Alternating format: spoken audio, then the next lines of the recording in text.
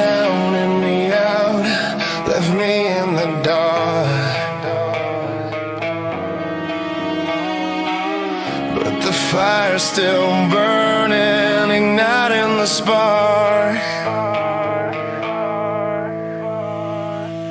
You thought I was done, no light in my eyes, buried me deep under all of your lies. The clock ticks slow, but the fuse got lit. I crawled through the ashes, yeah, every bit. You turned your back, said I'd never rise. Watch me fall hard with a smile in your eyes. But pain's my fuel and the night's my friend. I'm a wildfire, baby, this ain't the end. You said goodbye, but I said see ya. Now I'm louder than a goddamn Coliseum. I'm back, I'm back, I'm back, bitches. Kicking down doors, flipping all switches. You can try to run, you can try to hide, but I'm back, bitches, taking the ride. I'm back, I'm back, I'm back, bitches. Rising from the grave, settling on glitches. Thought you broke me down, left me to die, but I'm back, bitches. Watch me fly. Watch me fly.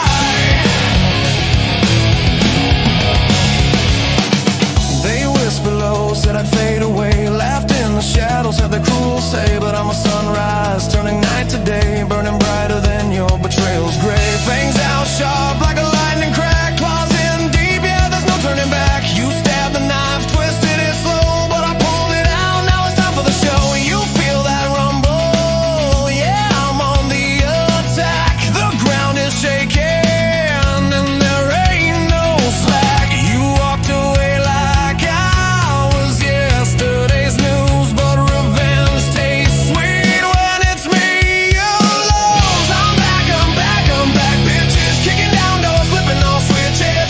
You can try to run, you can try to hide, but I'm back, bitches, taking the ride. I'm back, I'm back, I'm back, bitches. Rising from the grave, settling on glitches. Thought you broke me down, left me to die, but I'm back, bitches. Watch me fly.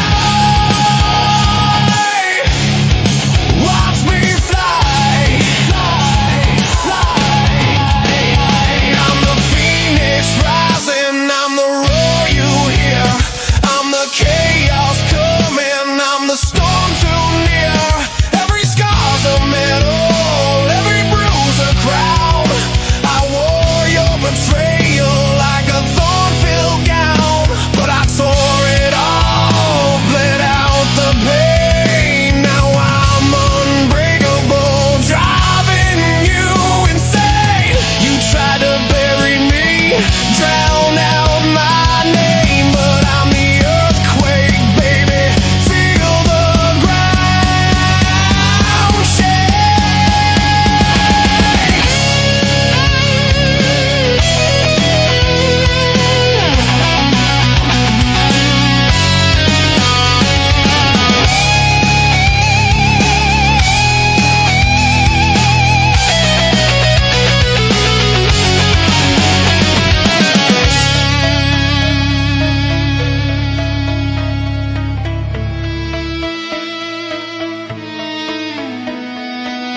Remember the nights you left me alone, cold empty bottle staring at the phone. You played your games, thought you win the war, but I'm the survivor coming back for more. No more chains, no more begging please. I'm the king now, bringing you to your knees. You sold me out for a cheaper thrill, but karma's calling, time to pay the bill. I'm back, I'm back, I'm back, bitches. Kicking down doors, flipping all switches. You can try to run, you can try to hide, but I'm back, bitches, taking the ride. I'm back, I'm back, I'm back, bitches. Rising from the glaze, settling on glitches. Thought you wanted them, but that was a lie, but I'm back, bitches, and this time I'll thrive. I'm back. Yeah, I'm back, bitches. Watch me burn it down and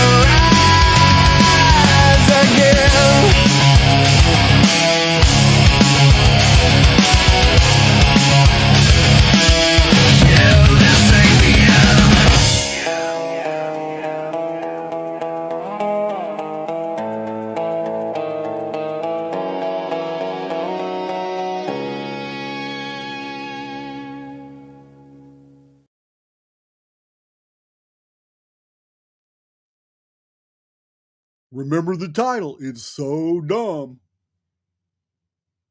Let me get that off my screen. Make sure my audio is going good. I had a great time. I spent 3 days with some Kiwis. Fourth day, I probably would have went crazy. I don't know how.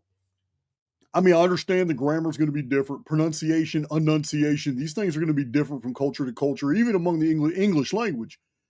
But I'm a Central East Texas country boy. I was born and raised right here where I'm at, and I still today don't know how. The I don't know how Kiwis fit so many R's in a sentence.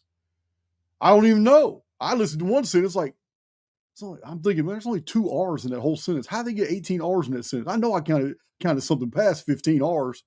I don't know how that happened. But if you guys have ever listened to Kiwis talk, yeah, man, it's like it's just crazy. I just I have this knowledge and I just gnar. I'm like, you just know you know something? No, yeah, I gnar it. I know. Where how they fit that R in there? I don't even get it. Beautiful people, love them to death. Really messing up my really messing up my communication skills. I don't even get it. That ain't the only word either. I heard several words. I know damn well there wasn't a vowel. I mean, the words are all vowels. One consonant and all vowels. How you fit an R in there? I don't get it. But you know what? They understand. Hey, that's all that counts. They understand each other. I didn't even, I just had to. I'm telling you, man. I just know you're right. You're gonna gnaw on me because I'm right. I know. Wow.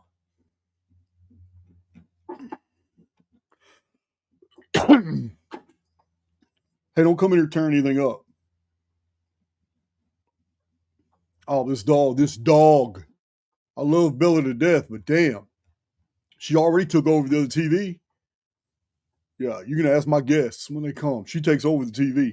If it ain't on Animal Planet, she's gonna tear something up. I don't have an ordinary dog. Everybody who comes here sees Bella. Bella is super attentive to everything on television. Don't let an animal run off the screen. She'll go investigate behind the TV. She's always trying to chase him down. That's Bella. Now she's in here chewing on something. I hear it. I hope it's one of her little bones. So I had 3 days. I didn't really get a lot done. I did do some posting on X, but I just entertained, drove them around. They had a teenage daughter who really wanted to see a lot of things that they see in movies. You know, New Zealand does not have the franchises we have. There's a lot of stores here they've never had access to. So, yeah, we went poison hopping. I regret it, but we know we did it so she could have a good time. That's what it is, poison hopping. I do not eat fast food. I do not go to these places. And then right after they left, the day they left, Tim showed up that night. But Tim's a contractor. He travels all over the state of Texas. He does bids and all that stuff. He doesn't actually do the actual work anymore. And sometimes he stops here because Willis is on the way in between Dallas and Fort Worth. I mean, between Dallas, Fort Worth, and Houston. So Tim was here. So let's get to some of the nitty gritty. We got all kinds of things to talk about tonight. We got all kinds of things to laugh about because the world's gone insane. But it doesn't mean that we have to. And it's kind of the point of the introduction video. Now, the lyrics of the introduction video are intrinsically personal to me. Yeah, I've risen above a whole lot of the attacks against me since I started on YouTube. A lot of them you guys know. Some of them I've told you about. Some I've only told the underground or cipher community about. But the lyrics were basically just twisting the dagger on all the people that have worked together to suppress and hate on me. That's what the lyrics were about. But the pictures tell a different story. That's my face, as you saw, on all those different characters. all those different time periods. You can put your face there as well. Doesn't have to be my face. And although we're going to make fun of a lot of shit tonight, there's a real message in here about what we're experiencing. This bifurcated reality that keeps us confined, trapped, and always phasing back into the collective to actually worry about things like finances and worry about our kids and worry about society and worry about which political party's going to win and worry about which international interests are going to take over Washington and we're never going to actually be heard. All this bullshit.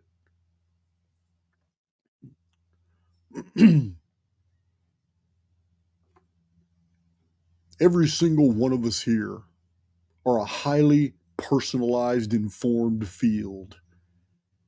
And when we're operating in the personal, we can be anybody we want to be. We can do anything that we want to do. It doesn't matter if you're sitting at home and you've got 3 laptops open, you've got 4 screens, you're screen sharing, you've got a television set that's giving you real-time data, and you're sitting there doing real-time crypto trades at home. Or if you're actually in Wall Street on the floor. Doesn't matter who you are. You can become an expert in your own field just by being that expert in your own field. I got a friend, David Morgan. He's really in tune with the silver markets. And you know what? That makes him an expert in that field. He can make decisions, informed decisions that are better informed than others, but it doesn't mean someone else can't come around and by sheer belief in themselves alone execute the same successful moves that David Morgan would do. Of them, you guys know who I'm talking about. I consider him a friend of the Morgan Report. I'm not picking on him. I'm just isolating him as an example. But somebody sent me a text today asking me to do a certain type of video, and I told him I would cogitate over it. It's not something I can easily do. Because there is no one size fits all. There isn't. There are some souls that listen to me that will never get it. They will never get it because as soon as they're done listening to my voice, and just listening to me puts them at a higher resonance. They're on a higher frequency. They're resonating with me, not on the ordinary bandwidth that they're used to. So these souls that tune into me feel good. They're not just entertained. There's an energy they feel. That's why they keep coming back. This is why we always follow the people that we follow until we outgrow them. We feel that energy. It is shared through the computers, through the internet, because there's really no distance in space and time. We already know the science on that. The distance is created by the filters of the central nervous system. So we are every single identity you saw at the beginning of this video and many more. We are every single identity that we have the audacity to possess. We phase into the friendly Jason. I'm the charitable Jason. I'm the Jason that goes out of my way to help people who really don't even appreciate that help a lot of times. Yeah, sometimes I can be the vindictive Jason when I feel like I've been stepped on unnecessarily. Yeah, sometimes I'm the shield wall Jason, where I just get triggered over any bully shit I see in my field, and it might not even be my business. I can phase into all different aspects of Jason, but you know what? They're all me. Every single one. The hypocrite Jason, the liar Jason, the altruistic Jason, the Jason who will empty his pockets and give his shirt off his back to a homeless guy.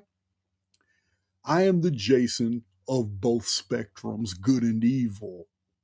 I am the Jason that will go out of my way expending my greatest resource, which is not money. And it's not anything in the material. My greatest resource is my time because it's something I'm never going to get back. I'm never going to get back any of this time that I expend on any other soul in the construct. So I have to make that time a worthy investment. I do. You have to make the decisions in your life that guarantee that the time that you're wasting every day existing and living a reactive lifestyle, responding to everything in the materium, this is what you normally do. But you've got to find a way to set time aside for you to be the builder. Because you are every aspect of you, whether you're experiencing it in real time or not. For you not to already be perfect or have some aspect of perfection within you alludes to the idea that the oversoul is also imperfect. And I'm not that guy. I'm not that guy that's going to cross that Rubicon. I'm never going to be the one to take anything away from the eternal. It's something so far beyond our comprehension that we had to fragment the comprehension itself into 100,000 theologies, doctrines, and religions over a 5,800-year period. I'm not that guy. I'm just going to assume the oversoul's there and it's got everything under control and that this is a circus and we're just all playing the clown. So I feel sorry for those souls that come and listen to me only because it makes them feel better, because they're in resonance with a vibration they cannot ordinarily feel on their own. I feel sorry for you. I do. But the truth of the matter is you can tap into this at any time. At any time. You can do away with the whole idea of manifestation, do away with all the procedures, all the little things that you think that you need in order to bring about the things you want in life. You can be that crypto broker. I don't like crypto. I'm not involved in it, but I'll never exclude them from everybody else. You can be that day trader. You can be that individual who's making the executive decisions for the entire company. You are already everybody, everything, and you already have access to every potential. The only problem is you're reacting to the materium. And the materium is literally a holographic prison made up of everything you pretended to be moments ago. Or maybe yesterday, and the day before, and the day before that. It's perpetuity programming. It has no reason to change because you haven't done anything different. So that's the intro. The intro is me in all different time periods, all different aspects of reality, poor, ghetto, rich, Victorian, medieval, druidic, ancient, modern, all different ages. You saw me old, you saw me young, you saw me as a little person doing the boogie. Yeah, man, you even saw me flying high as a kite. So we are all, every single one of us, we are all those things and more. So it's with that understanding that we have to look at the world around us because it's a clown show. It is ridiculous. You're supposed to laugh. You are supposed to make fun of this bullshit because that's what it is. The irony, the humor, it's all satire. One thing Charlie Ward got right. Charlie Ward, he was one of them. You know who he is. I don't even want to talk about it. He's a weirdo. He's always pushing gold and he's always on that Q shit back in the day. But one thing Charlie Ward got right. It's all pantomime. It's all pantomime. That's what he used to say all the time. Charlie Ward, I took that from you, bro. You just got to accept it.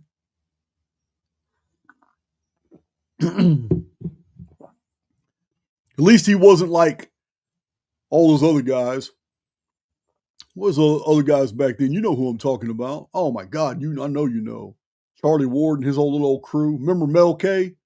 Mel K had a knack for exposing everybody. Mel K was an investigator, journalist. She could get to the heart of a matter.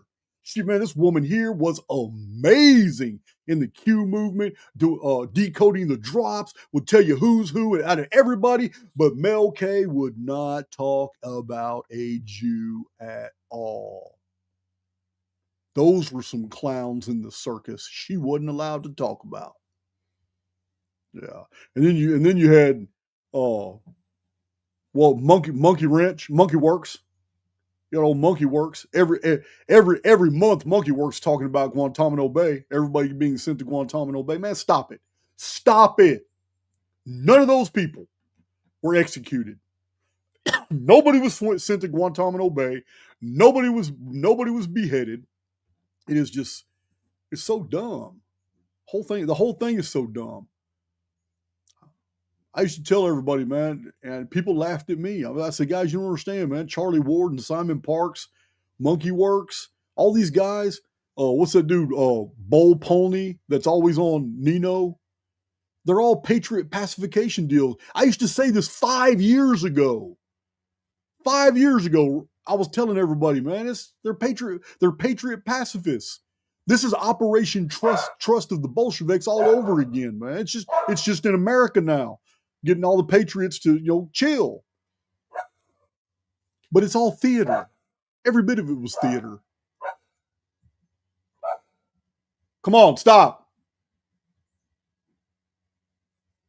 I got people mowing and weed eating, and it drives my dog nuts.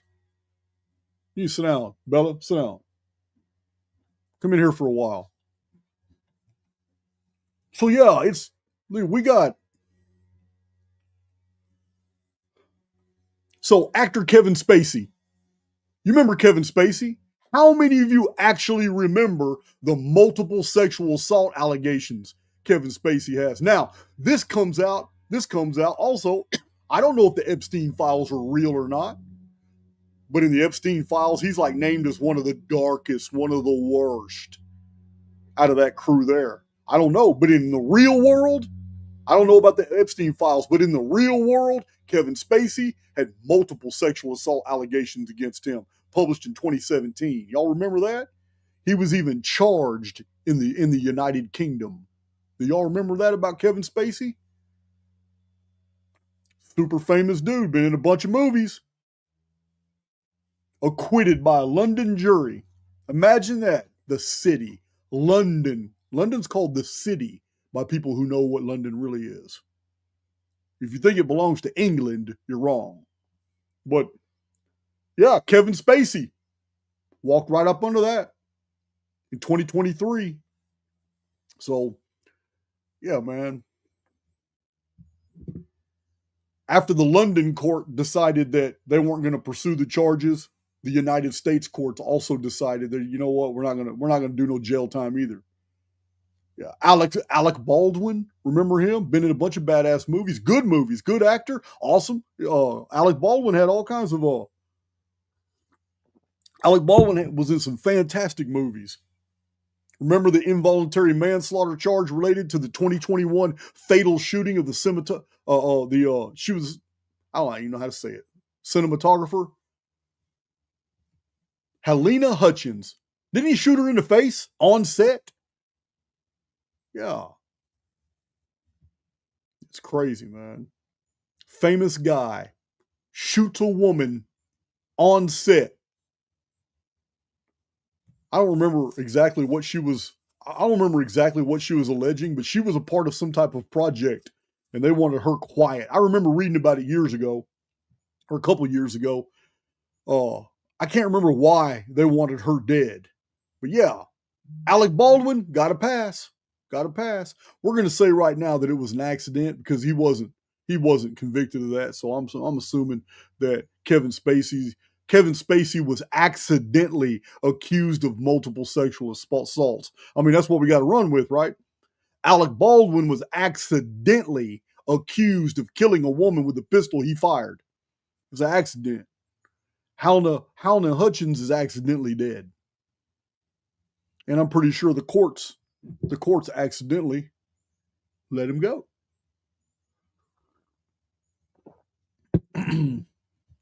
Yeah, man, it's crazy. Y'all remember ASAP Rocky, the rapper?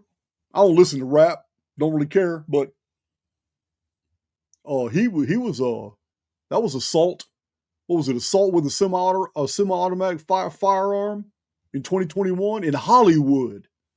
Yeah, Los Angeles jury acquits him, no jail. Deshaun Watson of the NFL. You guys, I know you guys remember the quarterback story. Yeah, sexual assault, harassment, allegations by more than 24 women. Couldn't get away with that in Texas. All it takes is one woman to put you in prison in Texas. Yeah, it's 24 women in the liberal state of California. Yeah, it's crazy. It's absolutely crazy. The grand jury declined to indict. No criminal charges or prosecution. But because of all the civil suits, civil's not criminal court. It's a different standard of law. They have to even the standard of the burden of proof standard is totally different in civil suits. It's so much easier to sue somebody than it is to prove criminally that they've done something. So anyway, the NFL did suspend him. They did suspend his ass. Yeah, man, but so many. Let's talk about the NFL. Let's talk about the NFL for a second. So I have some stats on the NFL. You're not going to want to hear this. I've talked to my Cypher group about it, but it doesn't really change the predictions because these things are in the collective. They're in the field. They're absolutely in the field. But you're not going to just... My personal opinion, the NFL is absolutely rigged. I know a lot of people suspect it. I know a lot of people do it, but I don't care about all the times the umpires, the refs, the coaches, the players have been implicated in some type of schemes, and they always treat it as an isolated incident when they're caught. I don't even care about all that. We can put all that to the side. We can put it all to the side. I looked it up today. Every single week of the NFL, there are 15 to 16 games playing because there's bye weeks. Sometimes there's 15 games, sometimes there's 16 games. So I looked up the how much money's being. I asked two different AIs. Roughly how much money is exchanging hands through gambling in 1 week in the NFL? They both came in the same answer. Roughly $2 to $5 billion a week in the NFL is changing hands. Do you have any idea how easy it is to manipulate who's going to win an NFL team? Do you have any idea how easy it is? If each team, this is all theory now, this is my opinion, but I know this, if I was running the NFL and they asked me, hey man, if there was any way that we could actually manipulate the outcome of a game so we can guarantee where all this money goes on a weekly basis, how would you do it? Oh, well, that's easy. My answer would be, oh, well, I would have each team have a certain number of offensive plays that are programmed into their team's offensive playbook. I would have a certain number of defensive plays programmed into each team's defensive playbook. I would have the offensive and defensive coordinators memorize those key 5 or 6 plays that are in each, that are mandatory. They come from higher up. These are going to be in your playbook. These 5 or 6 plays, defensive and offensive, will be in your playbook. The other 100 plays you have for offensive and defensive, make them up yourself, have at it, do whatever. But these plays are going to be codified. Yeah. On a 1, 01, 02, 03, 04, 05. Those are your 5 offensive ones, and that's a code. The next code would be D1, D2, D3, D4, D5. Every single coach wears a headset, and you have no idea if somebody high up in the box watching the game knows that he already told the coach, the defensive coordinator, to play D3. And he already knows that to defeat D3, 01 is required. Or 03 is required. That's even better. I'd make it up like that. I keep them even. 03 is it's that simple. The whole world thinks two teams are playing. They've been playing, and most of the game is real. But when it really boils down to who's going to win, plays can be controlled. And the way you control the outcome is you control what the offensive line is going to play, and then you give the defensive line that information. It's absolutely illegal. It cannot happen. That's why this is just a theory. It's just a theory. What would Jason do? Yeah, that's what I would do. And there's no one in the world to be able to prove it. No one in the world would be able to know that I just determined the outcome of a game because we have NDAs filed, and these coaches and these coordinators can't ever spill the beans. They have been legaled up, signed the contracts, can't do shit. But from common sense perspective, because I believe the lottery's rigged. Hell, if Jeffrey Epstein can win the lottery, it's got to be rigged. They say he didn't, but his Zorro company did. That's a little too coincidental for me. So I don't know. You decide. Do you really think a franchise is going to let $2 to $5 billion a week open for debate? When they can ensure that everybody higher up can build their fortunes by knowing in advance who's going to win. It's so easy. Every member of my family would be multimillionaires. And the public would never know because there's a bunch of people winning at the lower level, at the plebeian level. There's still winners. There's all kinds of winners. Yeah, guys, if you think it's hard to rig NFL games, you might be a moron. It is so effing simple. So effing simple. So it begs the question. I mean, even the social media sphere is rigged, right? Isn't it rigged? I mean, you got some of you new to my channel actually think, now, what's this dude talking about? What is this Jason dude talking about? He's last I looked, he had 190,000 subs. He's complaining about social media being rigged. Yeah, well, those who have followed me all this time know what it took to get here. It was organic. 300 videos before I even had 1,000 subs. Attacked personally ad hominem by over 20 YouTubers, even new YouTubers networking together, even a YouTuber that sent me to jail. Yeah, I've been through it in the 6.5 years I've been doing this channel. I've been through it. And I've never had a viral video. And I've never had a huge interview on any type of big podcasts. So yeah, don't tell me it's not rigged, because lesser researchers than I with no professional standing and absolutely nothing published. And that doesn't mean that being published doesn't mean anything anymore. It used to. It doesn't mean shit anymore. But a whole bunch of people who have zero history, zero identity, nobody knows who they really are, they have no past whatsoever, have been on all the podcasts. Some of them are really suffering, and that's kind of embarrassing. It's kind of embarrassing. You consider yourself an expert in your field, and you go on something as big as Joe Rogan, and 2 years later, you can't get 300 people in your live chat.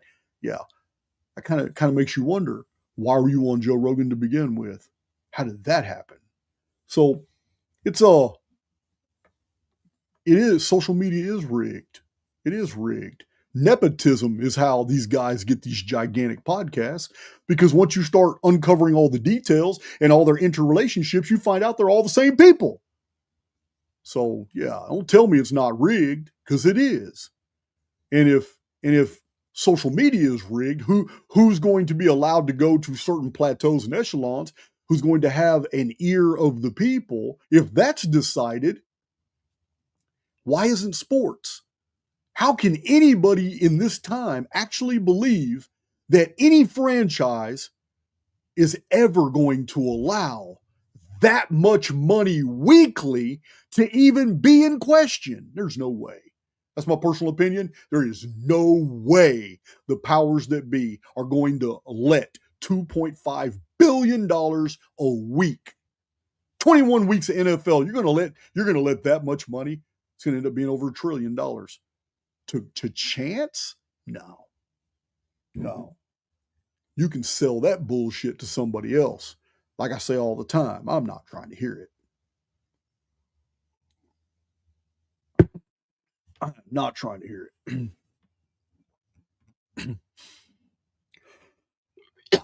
Man, yeah, that's just crazy. All the way to Super Bowl too. I mean, how many times, man, have you guys watched an NFL game and you just know, like, hell no. The last 2 plays, you gave them the game. Yeah. How many times, guys? That's where some of my opinion comes from, because it's been so obvious so many times. But you know what?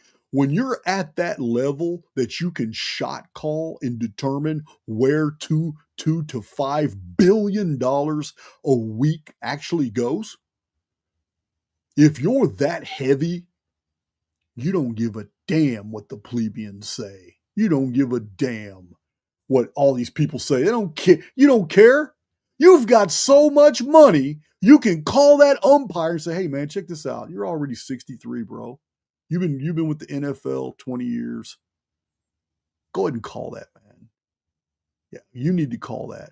I'm telling you right now, you need to call that, and I'm going to double your pension.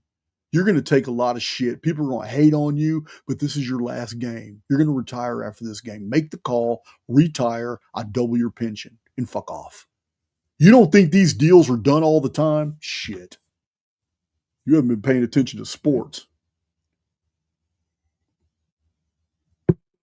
Listen, in Cypher, we run the date sequence predictive analytics and several other systems. In the past year, we have perfected our system, as well as integrated many of them that people in the group, man, people in the group in Cypher, we're very secretive, and that's why we shut the door. Every year we shut the door for NFL. I'm tired of people trying to come in and trying to catch them up and then find out some of them are there for totally different reasons. So we shut the door. August 1st, I shut the door, and I've had about 20 people ask me to come in. I turned down a F load of money to stop people from coming in because subscriptions are high for what we do. There's 700 and something people in that group. The subscription to get in there, because the software is a download. The reason it costs $600, $700, depending upon when you get in Cypher, is because the first day you're in there, you can download the software straight onto your computer. Yeah, but people stay in the group because there's all kinds of applications, and they're watching what other people do with it, and there is a lot of people from a lot of backgrounds in Cypher. And yes, we run NFL every year. We're going to do it. We're getting ready to do it this year. It's just an experiment. We're running date sequence predictive analytics. And that 83 to 85% threshold seems to maintain. So we can see winners, we can see losers, we can see upsets, but there's never 100% predictability. But we can beat the shit out of most of the experts. And that was last year. So I don't know about this year. I don't know. This year we might blow them all out. I don't know, because we have new integrations, new operations, and new ways of measuring. So I don't know, but I know this: if Cypher wasn't legitimate, if Cypher wasn't doing what it's supposed to do, what I promised, people are doing personal projections, they're doing professional predictions, and they're also doing sports predictions. And some dudes doing sports predictions are phenomenal. They've wrapped the algorithms and operations around the very sport that they're already an expert in. But let me tell you something. There's no way in hell, if Cypher was a scam, I could stop 720 people from blowing it up on social media. It's impossible. I wouldn't be able to do it. Yeah, I wouldn't be able to do it. But yeah, man, we're having a blast in there. It's fun. It's fun. We go live like 3 hours every week. Well, we tried to. This week they got back. Well, we're still going. We're doing it tomorrow. I had visitors, so we couldn't do it Thursday.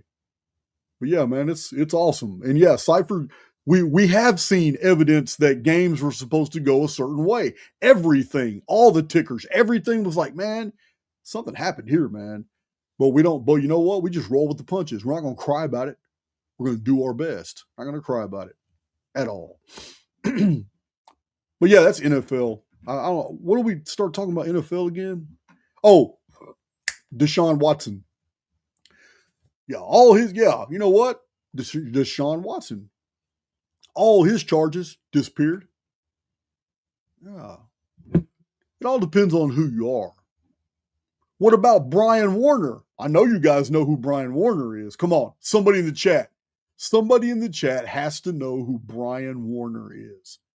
Famous name, music. I'll give you a clue. Musician, sexual assault and domestic violence allegations all in 2021. Somebody here knows who Brian Warner is.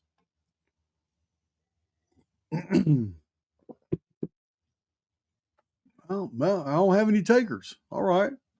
No takers, huh? You know him. You know of Brian Warner as Marilyn Manson. That real freak. Yep, there it is. Graybeard got it. Slayer got it. That's right. Billy Fredis got it. Yeah, Marilyn Manson. Brian Warner. So he gets in 2021. He's facing all that sexual assault and domestic violence. So was what's the I always forget the child catcher's name, man. Damn. Now he's Christian.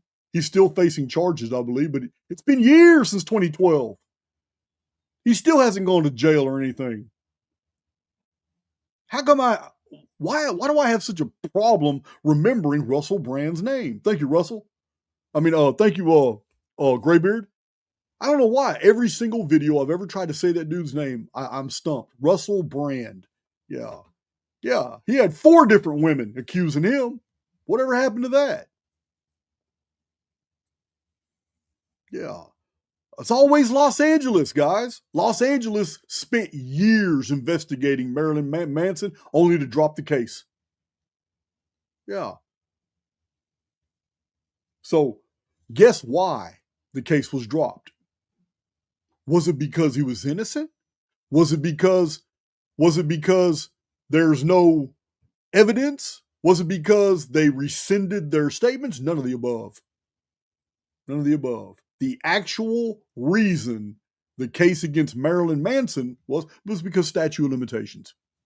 Yeah. They waited so long to actually indict him. They waited so long to indict him, they legally couldn't.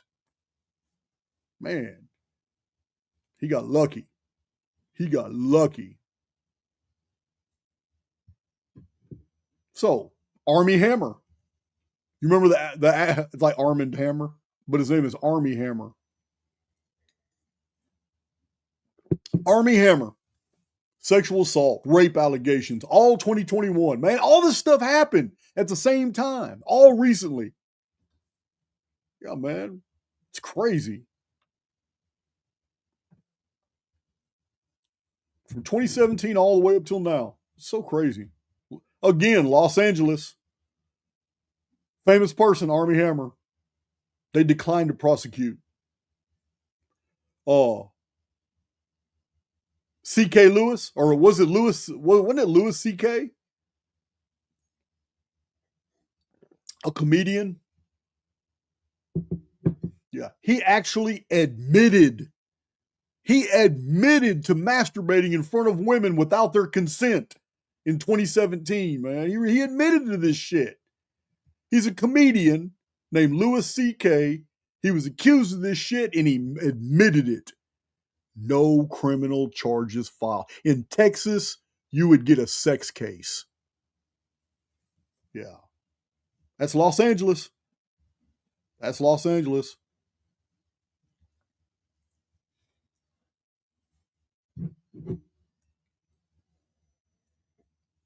There's so many.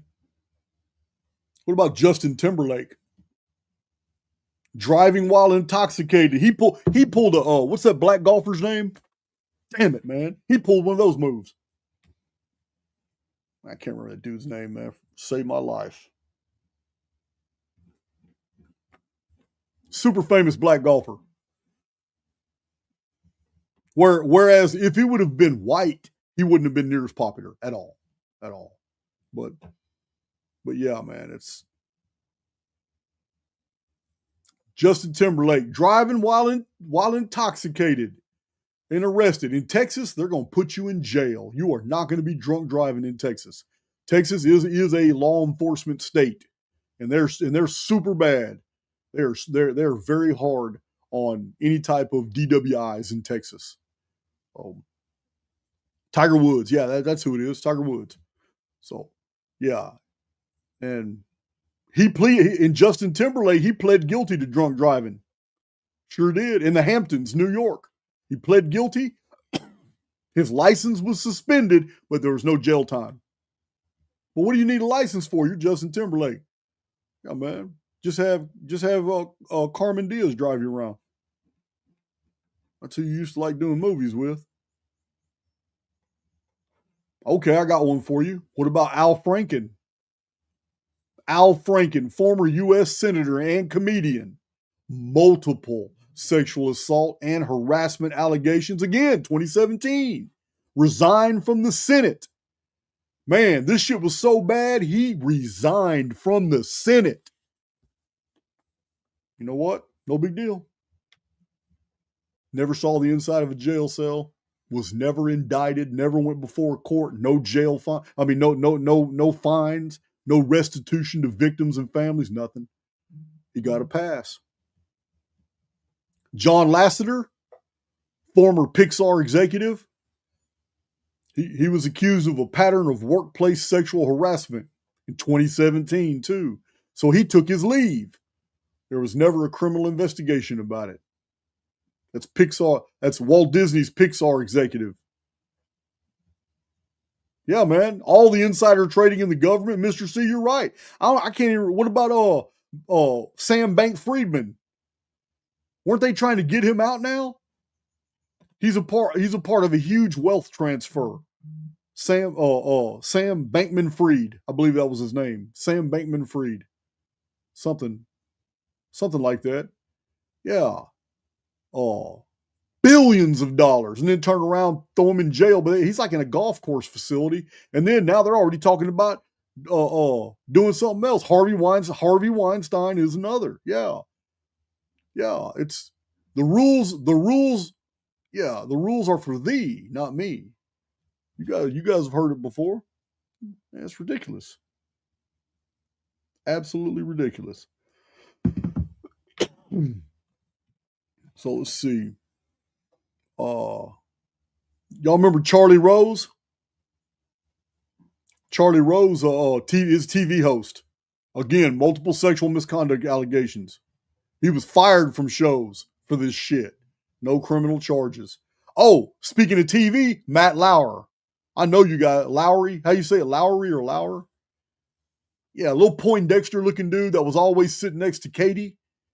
Yeah, and he's always sitting next to Katie, and then finally he had to get off that show. Matt Lauer, TV host. Sexual misconduct allegations also in 2017. Fired from the most famous Today show. Of course, it's Matt Lauer. There's no criminal charges. Nothing.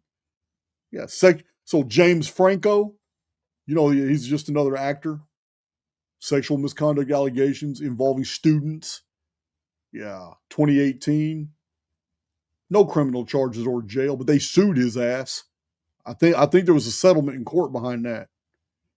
Yeah, what about the famous Hobbit? Dustin Hoffman. Yeah, little bitty dude. Dustin Hoffman. Sexual misconduct allegations also 2017. Some involving minors in the past. Minors. You would get stacked life sentences in Texas for that bullshit. Dustin Hoffman got a pass. No criminal charges, so he must be innocent, right? What about Morgan Freeman? 2018, sexual harassment allegations. Yeah. No criminal charges because he was innocent, right? Tiger Woods, driving under the influence, arrested, 2017, found asleep at the wheel. If you go to sleep at the wheel in Texas, you will wake up in a jail cell. Yeah, man. They're going to take you. He wasn't just drunk. It wasn't just alcohol. It was also prescription drugs. He got 2 charges in Texas. Yeah, Texas don't play. They don't mess around. Yeah, man. He got no jail time, though. He got none. Vince Vaughn. You know who Vince Vaughn is? Also, driving under the influence. 2019, Manhattan Beach, California, the liberal Golden State. He even refused to take any tests. Yep, he didn't do any jail time. What about that little spoiled brat? Yeah, he's a spoiled little brat too. Young punk. Shia LaBeouf. Shia LaBeouf, whatever, actor. You remember him in the Transformers? Yeah, man. Multiple publicized arrests for disorderly conduct, public intoxication, and related offenses. Racial outbursts toward police.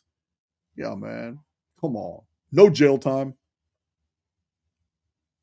No prison. No jail time. He gets a pass. Tiffany Haddish, comedian and actress, driving under the influence related. Listen, man. The rules are for them. They're not for us. The rules are for thee, not me. Yeah, she's another one. But you often see in social media this idea, and I agree with them. We're not going to vote ourselves out of this. But the reason this sentiment is pushed is because, people want you to think of the alternative. Well, the alternative, okay, what's the alternative? Well, if we're not going to vote ourselves out of this, then the person that just posted that is leaving it out in the open that there's only one alternative. They're not going to say it. They're not going to implicate themselves. But the other alternative that they want you to think of is open revolution. Revolutions require violence. They require people coming together to overthrow their government. So that's never going to lead to anything beneficial, because that's a part of the idea that you're here to save the world. And you may hate my guts for saying it. You may think I'm unpatriotic. Well, I'm very patriotic, very American. I love the American people. I can't stand the government. I mean, if I was to say I like the American government, I may as well have dual Israeli citizenship. But I don't, because I'm not Jewish. I'm not Israeli. And I hate politicians. I don't really talk about much of that shit because I don't give a damn. They're all corrupt. They're a part of the background programming of reality that makes this place so believable. It's so corrupt. If it wasn't corrupt, if there was a chance in hell that the entire world was not a captured operation, it would be different. But it's not. It's not. If we lived in a fair and equitable world, which we do not, then the main two people that got everybody to take the jab would be jabbed themselves by execution. Anthony Fauci and Bill Gates. That's poetic justice. That's the ultimate justice. If the government ever really wanted anybody to have faith in them again, which I don't think they do, I believe we're in a period of worldwide demolition. But if they did, those would be the first two. Do you have any idea how many people would come back on board with, like, you know what, man, taxes aren't so high. Man, you know what, those gas prices ain't so high. Did you see Anthony Fauci's leg twitch? Oh, man. Yeah, I was too busy watching Bill. Shoot, Bill Gates over there, eyes twitching. Yeah, we know he was feeling that chemical. Yeah, we watched both of them check out with a needle. Man, poetic justice. Do you have any idea how many people would jump back on board the political bandwagons if they saw that type of activity, that type of accountability? Even if it was an AI-generated execution and these men were actually in Tijuana somewhere having a blast at a strip club. Doesn't even matter. Just the idea of accountability will get people back in line fast. Just like that. Can you imagine?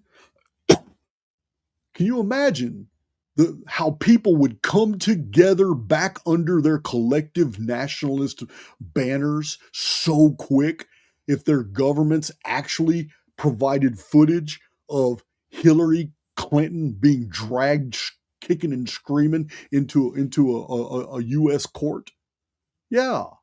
And then see her again denied bail, and then see her again in an orange jumpsuit. Oh, man, can you imagine the memes? Yeah. Anything happened to Anthony Fauci, Bill Gates, Hillary, or Bill Clinton, anything, social media would erupt in massive amount of memes. There would be a fusion within the collective psychology. People would be toasting strangers. Yeah. Racism would be almost obliterated instantly.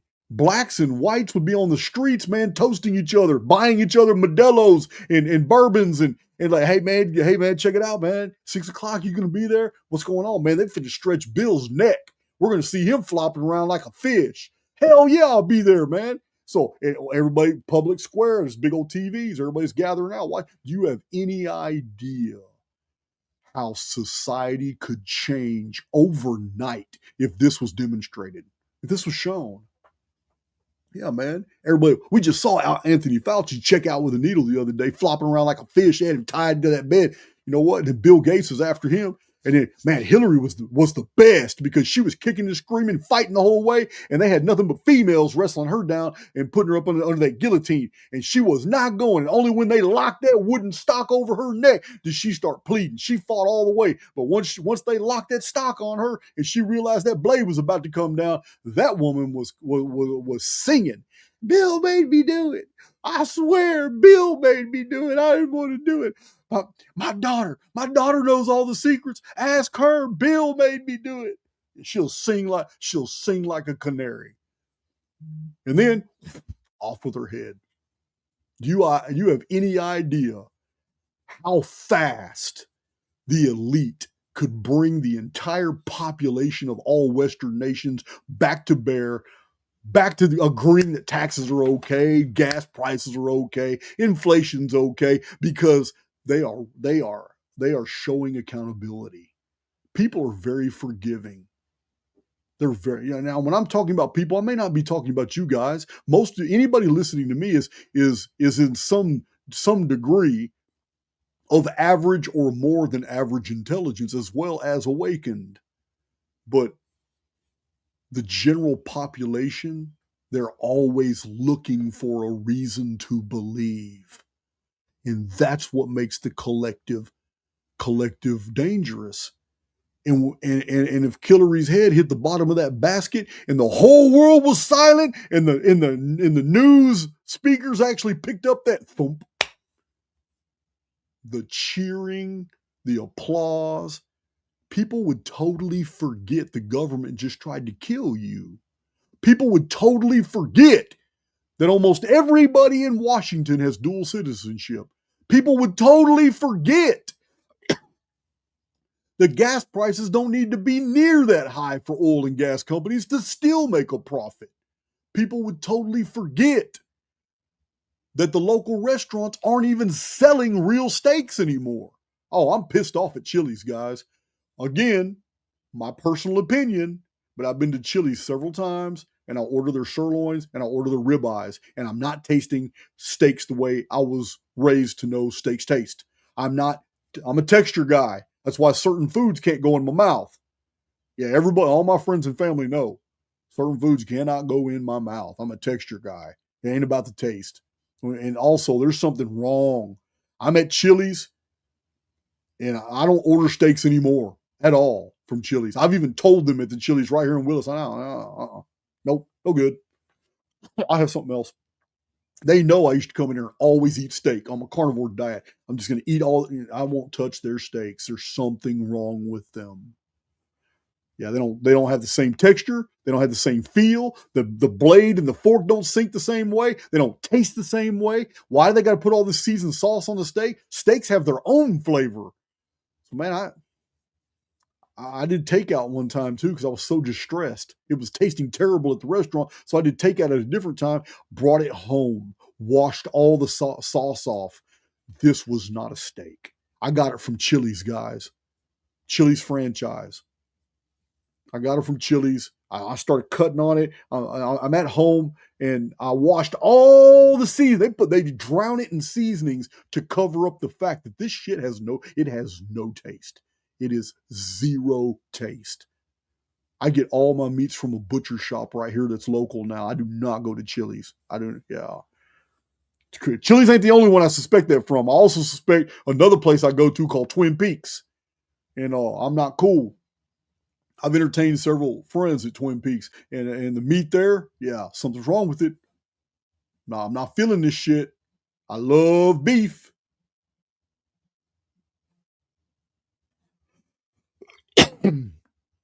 Yeah, man, I love beef, but this something's wrong with that. We'll talk about the beef industry here in a little while because we got some other shit. I seen somebody said Wagyu.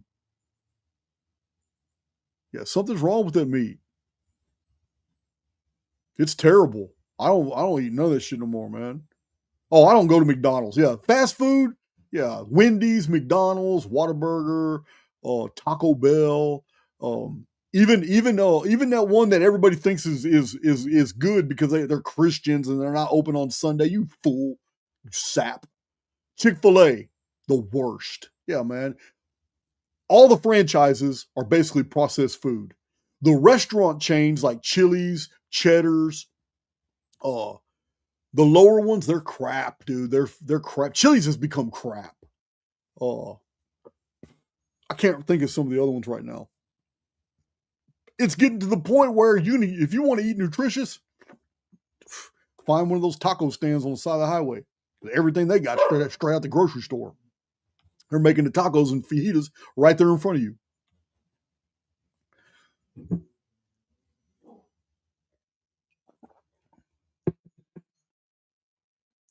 Bella, sit down. It's dark out there. You can't go outside. Neighborhood is pretty safe during the day. She can't go out at night. She doesn't understand, man. These pigs and coyotes tear her ass up. Yeah, I live in a forest, guys. I literally live in Sam Houston State Forest.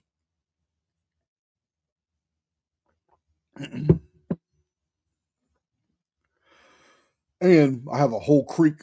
The back of my house is a deep creek. A bunch of rabbits live in there, and the side of the house is a splinter of the same creek. I don't have any neighbor in the back, on the side, or in the front. I do have a neighbor to the east. Oh, got a burp. I love the forest. Sometimes you hear stuff out there in the creeks. I can't let her out. Not unless I go out there with that huge spotlight. And so I don't want to kill anything. I don't want to kill them. So I got a 68 caliber pneumatic pistol with a flashlight and a laser on it. 68 caliber, not 50 caliber. It's 68 caliber. It shoots real heavy steel balls. So it ain't gonna kill those animals, but it'll sure scare them away.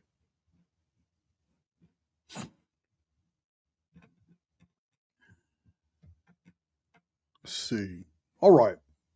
Oh, face diaper, what's going on? Tim tried that that badass bourbon, man. The bourbon in the jar. Oh my God. You should have saw the look on his face. He probably felt the same way you did when you tasted it. Shit was so good. Oh, I don't want to hear that, Christy Belly. Christy Belly, stop it. Do not write that shit into my field. Yeah, so the world would come together, guys. The world would come together so fast. Yeah. Can you imagine you saw federal agents handcuff Obama? Yeah, Obama's going to fold. As soon as he realizes the gig is up, he's going to be handcuffed, he's going to deflate. But that's not the story with Big Mike. Because that real tall woman right there, as soon as she realizes they're about to handcuff her, the gorilla's coming out of that girl. That's Big Mike. He's going to be laying them out. I'm talking about knocking them out. Federal agents going down. Obama's a pushover. But Big Mike's going to fight. Big Mike, listen, you don't do 26 years in prison, especially maximum security, and not be able to read people. I'm going to tell you now, Obama's a pushover. Big Mike is going to squabble. Big Mike's got some fight in him. He is not trying to hear it.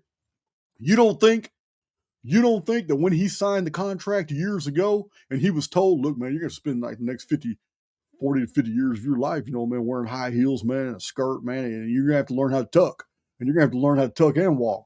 You don't think that he didn't grow up to be a tough son of a bitch after he realized what his future was going to be like, standing next to his homeboy Obama? Yeah, no, man. Hell no.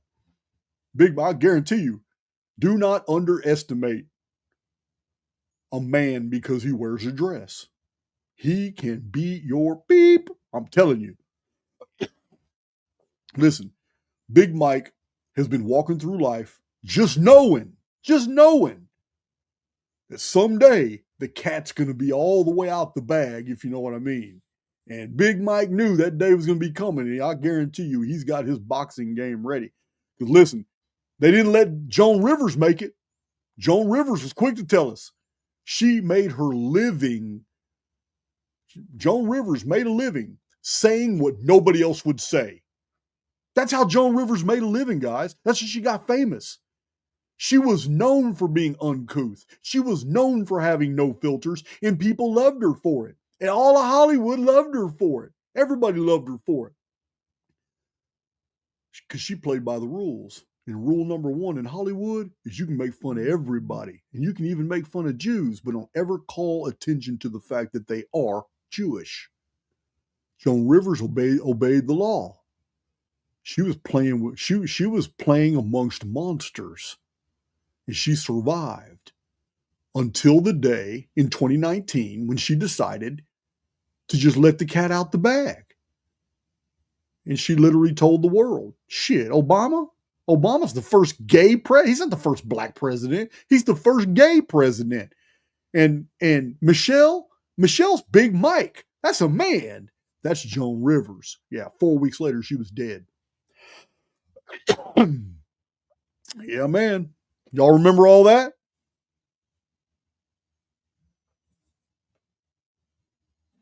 Yeah, she was funny. She was funny back in her day.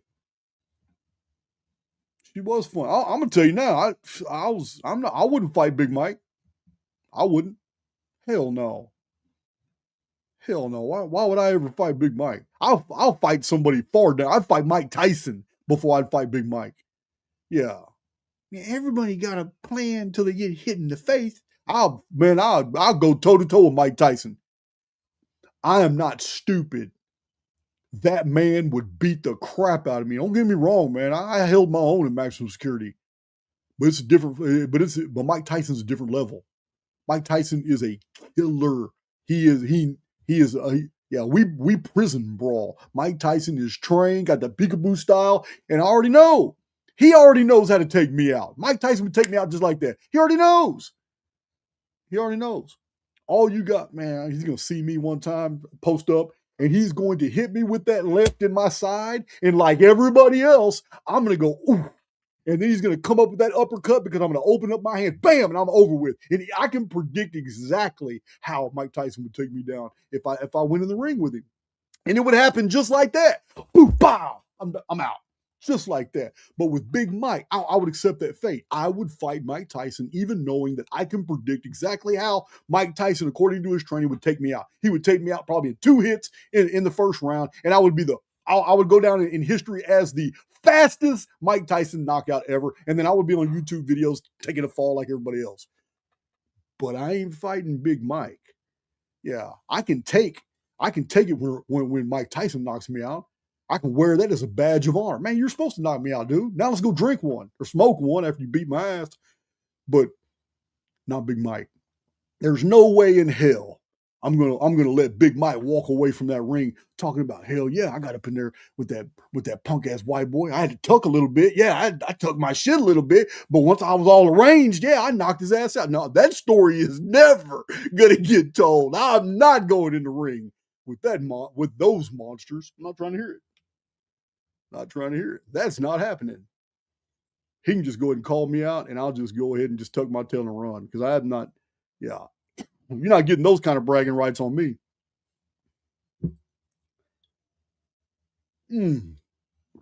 So, but to get back to the serious monsters, the Ashes of Eden caught that. You caught that, didn't you? Those monsters. I'm doing it. Hell yeah. Obama knows that monster. Both of them. So, to get back to a more serious point, there is no end to the social conditioning that would happen if Anthony Fauci and Bill Gates were like executed by needle. The public would be in awe, shock that it even happened. And then all of a sudden, a whole list was published of all the people that mysteriously died. Even women who couldn't even reach the triggers of shotguns who committed suicide. Yeah, so many. Long list going all the way back to Arkansas. Man, a lot of people have theorized that all these people were ended because they had crossed paths with her. That's why I read, it's not my information, but I read, and it's online to verify, that a lot of people call her Killary for that purpose. I also remember a very intriguing report I read years ago that 2 of Hillary Clinton's bodyguards had seen something they weren't supposed to see when they were Secret Service agents. So, or they were security detail. In some way, they were security detail. They saw something they weren't supposed to see. 4 days later, they were transferred to the ATF. On their first day of work as ATF agents, both of those agents together were among the first 3 people that went into the Koresh compound in 1993 when David Koresh's compound was being surrounded by the military and ATF. Yeah, both of those Clinton bodyguards were killed. Of the 3 agents, 2 of them were killed right then and there. How'd that happen? How did that even happen? Yeah, you were serving as bodyguards for Hillary Clinton, then all of a sudden you're on detail for ATF, and you're the 2 guys that die going in the door.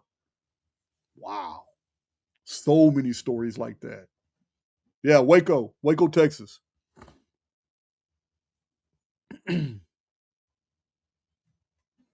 Yeah, so crazy.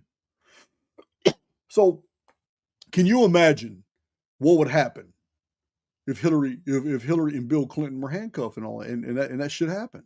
Or George Bush, any of the Bushes.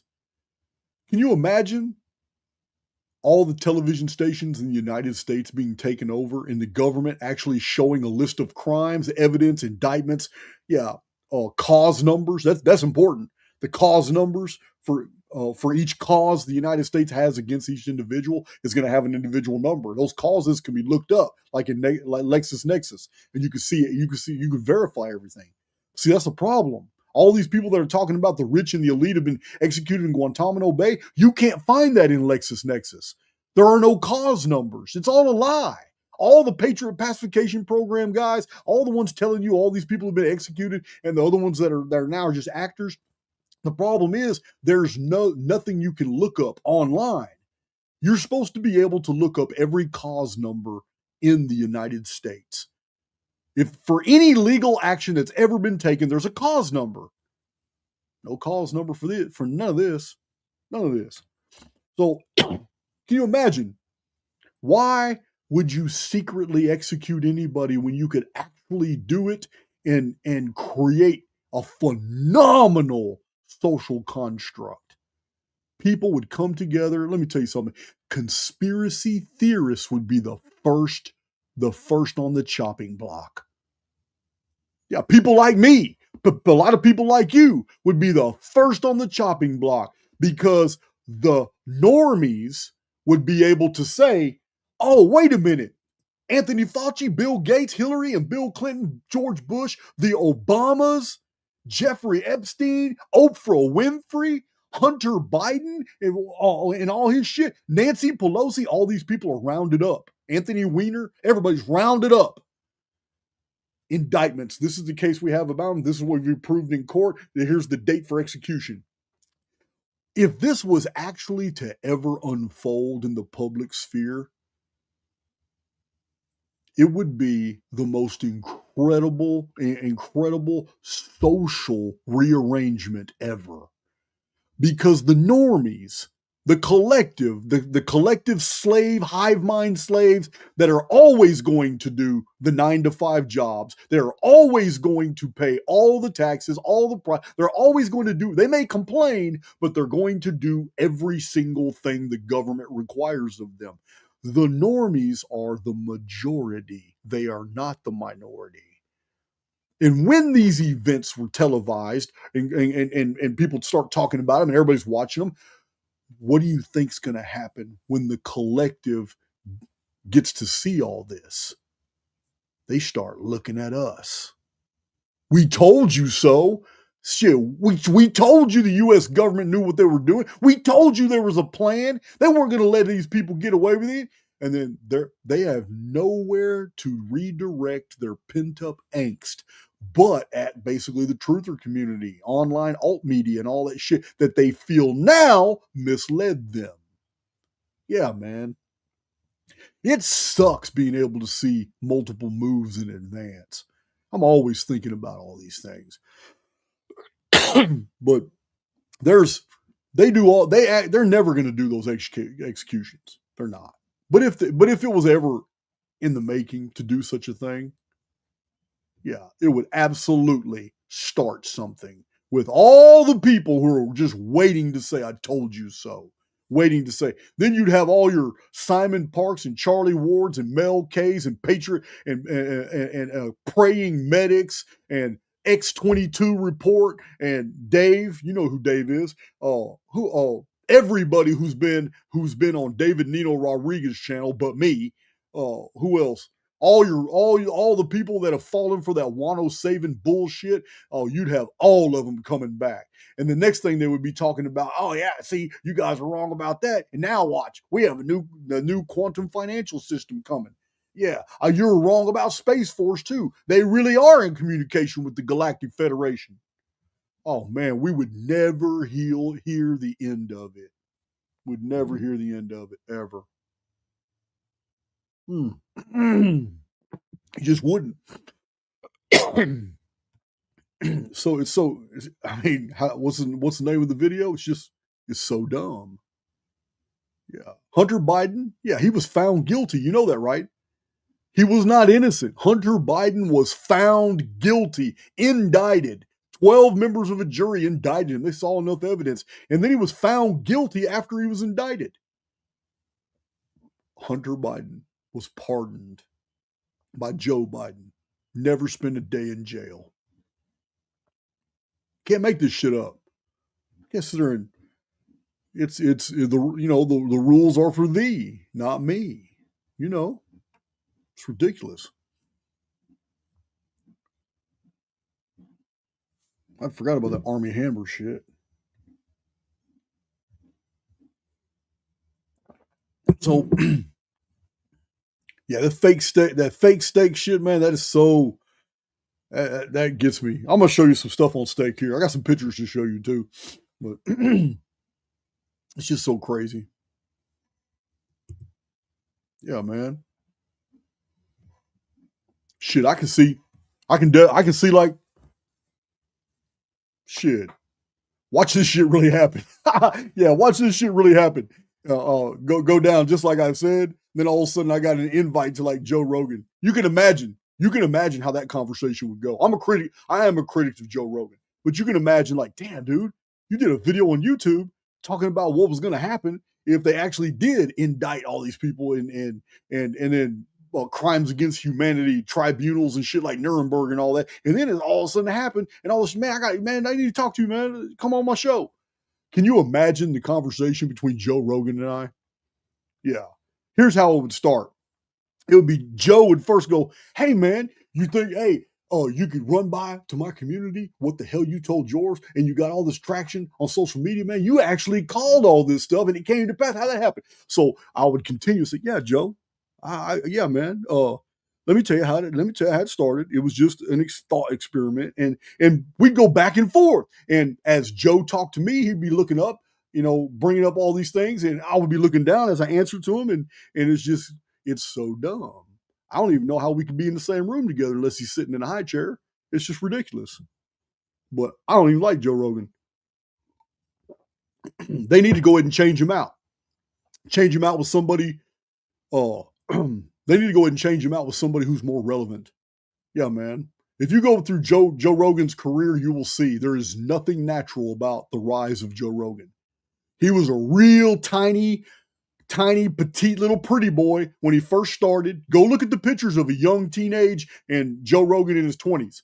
Yeah, he was destined from the very beginning to be where he is. That's why I call it nepotism. Look who he's related to. Look who he's married into. I'm not making anything up. Yeah, I'm all about meritocracy. I tell my community all the time, I'm about meritocracy. People email me all the time with their ideas and their projects, and I have a little folder where I slide things in there because I want to get back to them. I see, man, they've shown me merit. This person here. I'm so busy, but one of these days I'll have the time to actually give people the credit that they deserve. Some people have had some very fascinating ideas, concepts, accomplishments, and I would like to give them that service. But that's what merit is. And merit is never decided by the individual or a family. That's nepotism. Merit is decided by the community. It is when the community makes an executive decision that something is worth their time. Like right now, there's over 1,500 people in the live chat. The community has decided that this is worth their time. Some people are here because they hate my fucking guts. Some people are here because they love the information, but they dislike my personality. Other people are here, they love my personality and they love the information. And some people are here because it's just novel and it's so different to hear somebody so outspoken.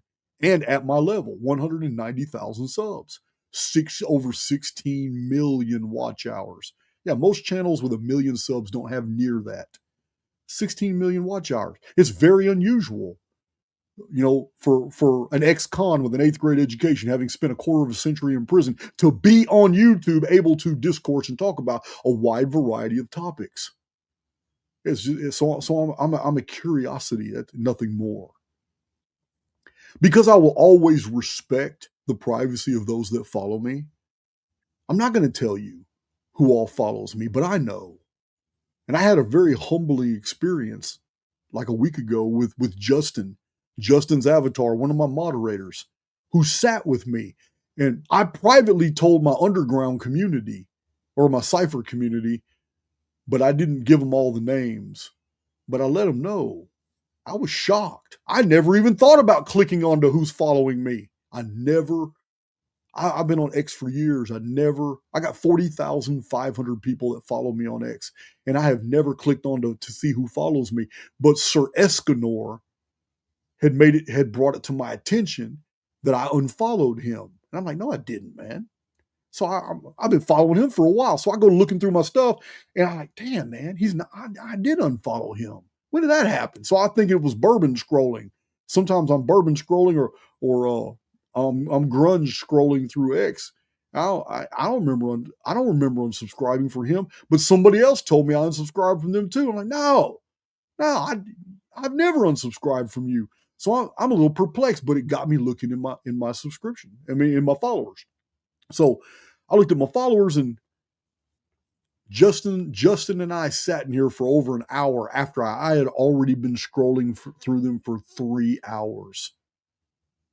Guys, I will respect their privacy. But if you can think of any big names in podcasting and in Hollywood, and I'm pretty sure they're following me, you would not believe the people that it was so humbling to me to see executive producers, movie directors, to see over 60 different podcasts and many podcasts you all know.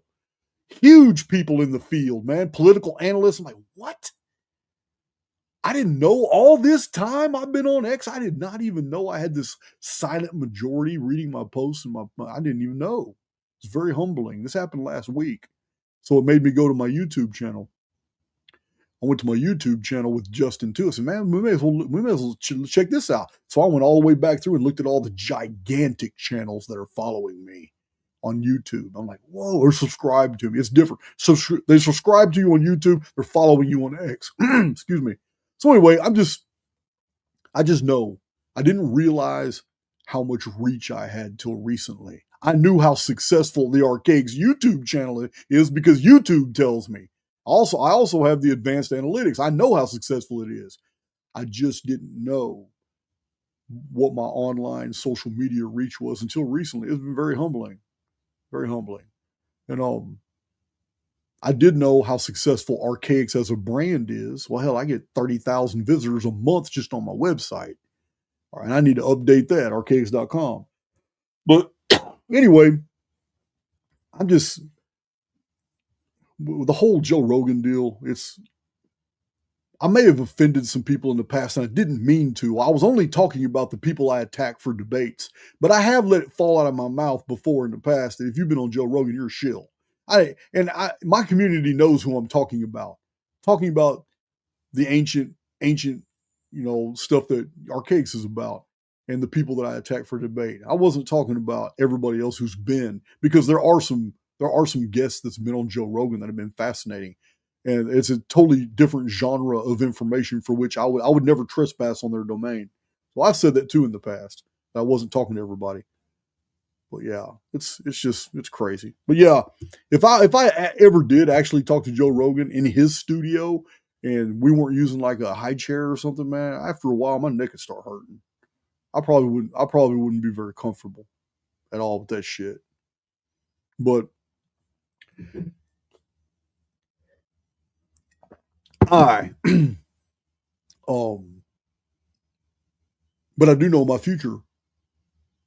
I can tell you my future right now. Futures is one thing that I've peddled in since the beginning of my channel, and I have never been scared of being wrong. I got a pretty damn good track record though, but and it's why a lot of people followed me initially, especially during the Patriot pacification time when I was telling everybody what the next 2 to 5 years is going to look like, and I know my future. Let me tell you what's going to happen. And you'll be able to, however you do it, bookmark, save this video, whatever. You just remember I said this in this video. So everything has a trajectory. Those trajectories can be measured. The arc in a trajectory, it can always be reduced to a mathematical equation. This is what we do in Cypher a lot. I know my own trajectory, and I'm really blessed that I started the way I did. I started with $27 in my pocket, like you guys know. I started doing videos in a wooden shack with a phone and a tablet. I started and I had 300 videos before I even had 1,000 subs. I had over 200 videos before I even had the courage to go live. And when I did my first live video, there was 4 people in there, and I felt like all 4 of them were my best friends. I had, for about over a year, I had just the same 12 people in my chat, my live chats. Sometime in late 2021, I just started growing. I got 3,500 subs, and then all of a sudden, somebody reached out and wanted to do a podcast with me, and it shocked me. It's like, damn. Now I got almost 450 videos on YouTube, but nobody watches me. I got 3,500 subs, but very few of them are watching me. My videos are trashy. The information is gold, but my presentation was terrible. And Jimmy James of EOTT interviewed me. And within a month after that, Santos Bonacci and Logan of Decode Your Reality together in one podcast interviewed me. And then after that, it was uphill. It was uphill after that. That was late 2021. So 2022 started with a bang. 2023, 2024 just grew and grew and grew. But it was a slow growth. I mean, it was 1,300 videos, very technical, calendrical information, some profound shit most people have never seen before, pulled out of old books, cross-referenced, self-referencing, verified, shown you with a calculator. This is what I did. So my trajectory started very, very slow. Starting very, very slow gave me a very high arc. I'm nowhere near into my momentum right now. So I'm going to predict my future. I'm going to predict the future of this channel or the Archaix community. This channel can go down and it would do nothing but grow. Yeah, because as soon as I lost my YouTube channel, I would grow. I would just pay people on Odyssey, on BitChute, on True Social, on Cloud Hub. I would just go ahead and just go everywhere all at the exact same time. But right now it's just easy. I can just easily do it right here through StreamYard. If they ever made it difficult for me, I would just go ahead and just blow up everywhere. They don't want me on BitChute. There's a lot of haters on BitChute. They want me to stay on YouTube. They do not want me on BitChute. They don't want me on Odyssey. They don't want me anywhere. But that's fine. But I do know my future. Let me tell you how it's going to go down. It's going to go down just like this. Some mid-level podcaster who's had some success is going to finally just invite me to their podcast. And they're going to invite me for the exact reasons that I would want to go on their podcast. Not to talk about any bullshit others have invited me to talk about, and I've told them politely, no, F off. Yeah, I've been invited to some pretty big podcasts, but I told them to F off when they tell me what the subject matter is. No, man, you're going to pigeonhole me into that bullshit. No. But in my future, might be next week, might be a few weeks, maybe a few months from now, but whenever it happens, it's going to be explosive. Because some mid-level podcaster is going to want to interview me and going to want me to tell their community, hey, man, you've really caused some waves in the field. But, man, I want to know why all these guys you called out. And if there's any more, let us know. But we got this name, this name, this name, this name, this name, this name, this name. And you know what? All these guys who are professionals in their field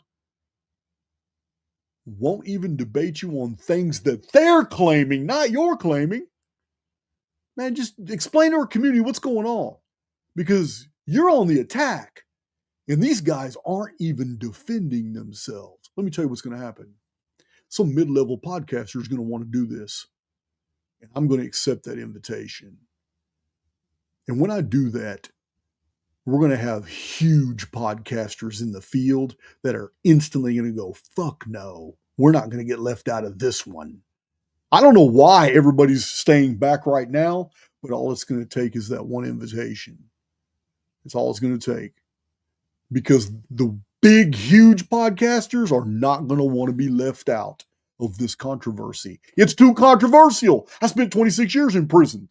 I spent 26 years in prison for something that somebody else did, although I was a participant. Yeah, I spent most of that time in maximum security. I am a controversial SOB. I'm also very well read, and you're not going to pull some bullshit on me when it comes to history. And you better know chapter and verse of what you're talking about with me. I'm a very polarizing individual. I am aggressive when I believe something is true. I'm very passionate about what I believe to be true, but I'm also extremely respectful. And I've had over 120 guests on my Archaix channel. Many of them I disagreed with, and not one was ever disrespected. I have never treated anybody unprofessionally on my channel. I am an anomaly. I know this. Uncouth Southern Baptist bred, Central East Texas, almost a hick. I know I'm polarizing. I know my value also. And I also know the value of those I call out for debate. But this isn't going to be contained. It's not. Someone's going to enter the breach. And when they do, everybody else is going to see the writing on the wall. They're going to go, holy shit. They're going to realize we're about to lose out on a massive, we need a piece of this pie. This is about to explode and go in multiple different directions. We need a piece of this pie. We can't let this guy just take it. Yeah, it's going to start a domino effect. This is what we're building in Archaix. This is the direction we're heading. Yeah.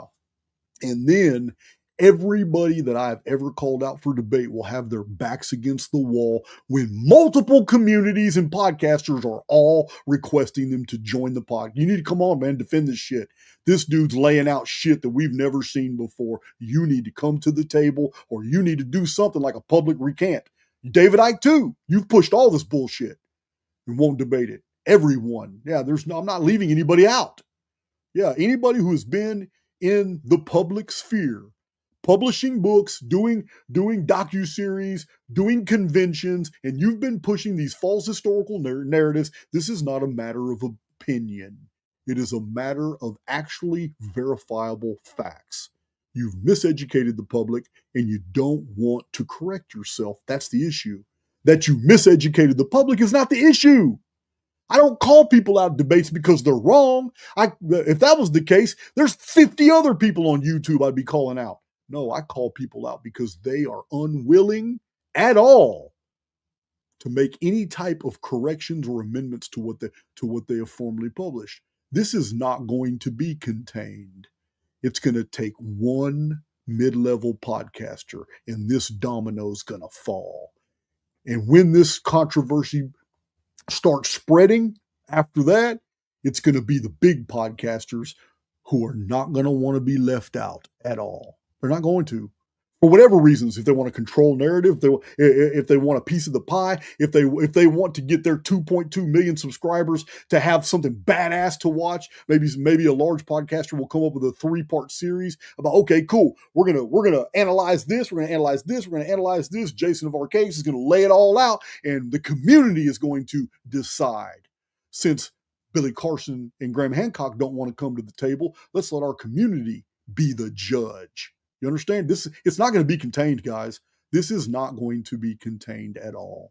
All this research I brought to the table is going to be blown wide open. It's just going to take a mid-level podcaster, and then everybody else is going to realize they better get in it before it's too late. It's just what it is. It's the way social media works. It's not a divine prediction. It's just a common sense one. That's all it is.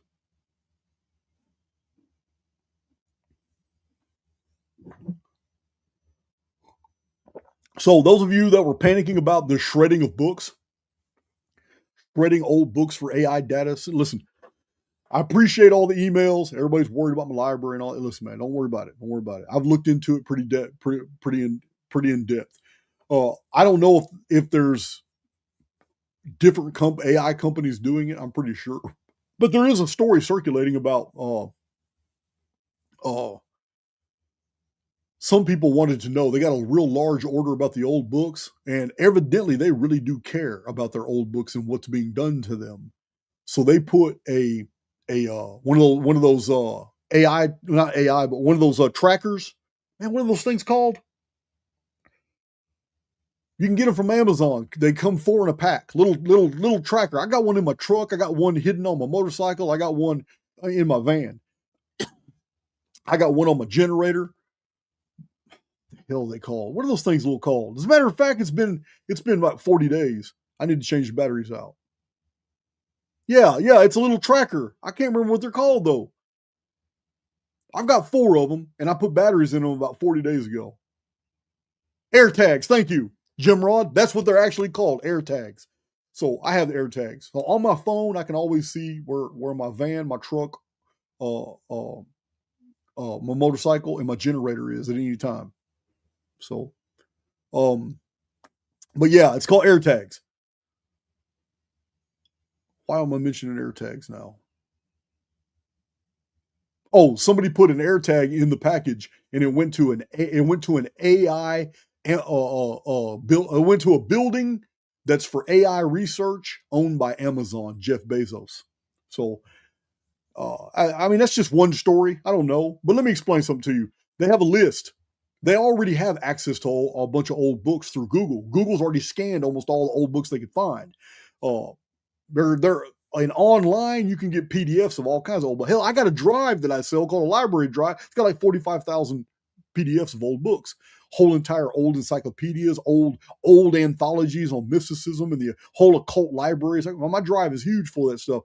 But these books are already scanned. Most of them are already scanned. A lot of the old books are already scanned.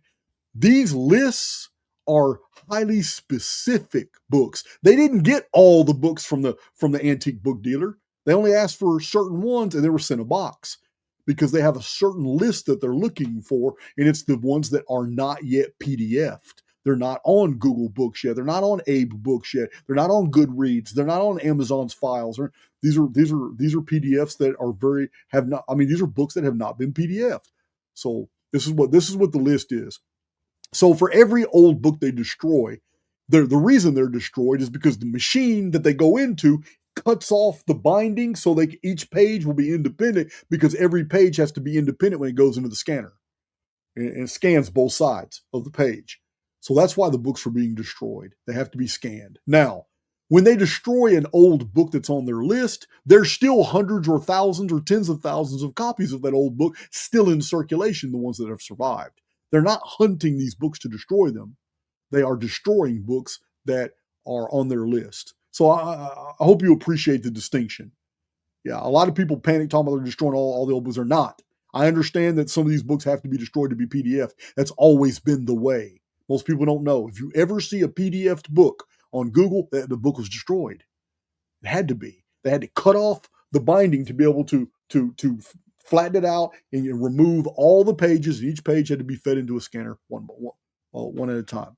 So this isn't anything new. It's a scare deal. It just started circulating. But the truth of the matter is, since the inception of PDF downloads on the internet, every book that's been PDF was destroyed. But it doesn't mean all the other copies of that book are destroyed as well. And this is coming from somebody who's a bibliophile, guys. I love books. Love my library. But I'm just tell you the facts. Got a nice one. You've seen it. You guys have seen my library. Got a nice one. I'm sorry about that light glare.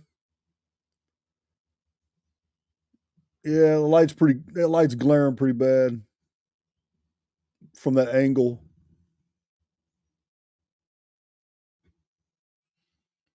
Yeah, I'm just moving this so you can see it better.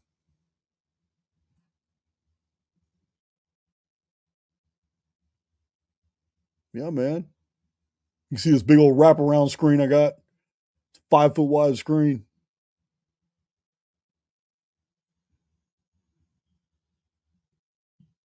All right. Thank you guys for the jewels. I've been so wrapped up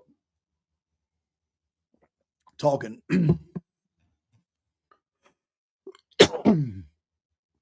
Oh, I got another library in the living room. This is just the library in here. I have a library. I have a display library in the living room. I also have hanging on the wall underneath antique 280-year-old maps. The actual books the maps came out of the books. I have a display on the wall. Let's see. Deja vu telling your mom the meaning of PDF. Yeah, we're not talking about those type of PDFs. Thank you though. That's funny.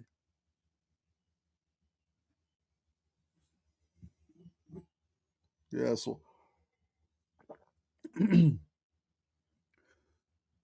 know the flock cameras are really setting people off. People get pissed off about the flock cameras and all that. And there is a there's a really good example of how they can be abused, because apparently law enforcement can tap into flock cameras and follow you, see what you're doing. Like if there's a cop sitting on the side of the road and and he sees you coming up, you're like the third car in the line. He didn't have to follow you anymore.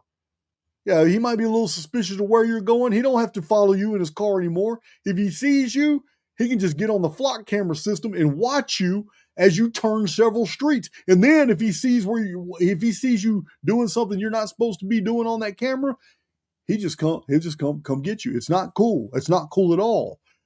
And the reason we know they can do this now is because there's a cop right here in Texas, close to me, who just got caught stalking 11 different people using the flock camera system. But according to the reports, they're not saying why he was stalking them. But he was literally taking notes on the whereabouts of 11 different people. He was watching the shit out of them using the flock camera system. And yeah, he got caught. I don't know what's going to happen to him, but that's right here in Texas. So the flock cameras. So, I mean, what good is mass surveillance? What good is mass surveillance if the perpetrators all get a pass? What do you have flock cameras in the UK for? They can't be for the migrant population. They can't be for the criminals. They can't be for the aggressors. They can't be for the guys that are stabbing everybody. What do you have flock cameras for in the UK? Because if any of these guys get caught doing anything bad, the UK courts kick them right back out. So what are the flock cameras for? the actual English people, Irish, yeah, the people of Wales, the Scots. Is that what the cameras are really for? Because you're not using them to deter any of that crime that's going on. And when the perpetrators do get arrested and dragged into the courts just let them go, catch and release. What are the cameras for? Same thing. It's starting to be the same way here in the United States. It's been that way, I believe, in Australia. Definitely been that way in Canada. What are the flock cameras for? If the perpetrators all get a pass, I'm not just being, sarcastic. But we have a real problem with people believing that they're here to save the world. You're not going to save this shit. You're not going to vote yourself out of this shit. You're not going to do a revolution and out of this stuff either. Don't let somebody bait you with, oh man, we need to take up arms and fight the government. Because the person baiting you to do that isn't going to do it with you. They're going to watch you do it and watch you go to prison or get killed. Yeah, man. We're not here to save the world. We're here to pass through this shit. That's another one of my problems with David Icke. When I listen to David Icke, man, he's got that save the world. Well, we need to come together. What are we going to do? I mean, I really got triggered by Icke about 2 years ago when I was listening to one of his presentations. And in the comment section, somebody actually mentioned Archaix. And David Icke literally said, yeah, he might be a great researcher. But what solutions does he have? I know some of y'all remember this. What solution? He was like fucking transforming on me. Maybe he was shapeshifting. What solutions does he? That's great. Oh, I kill myself sometimes.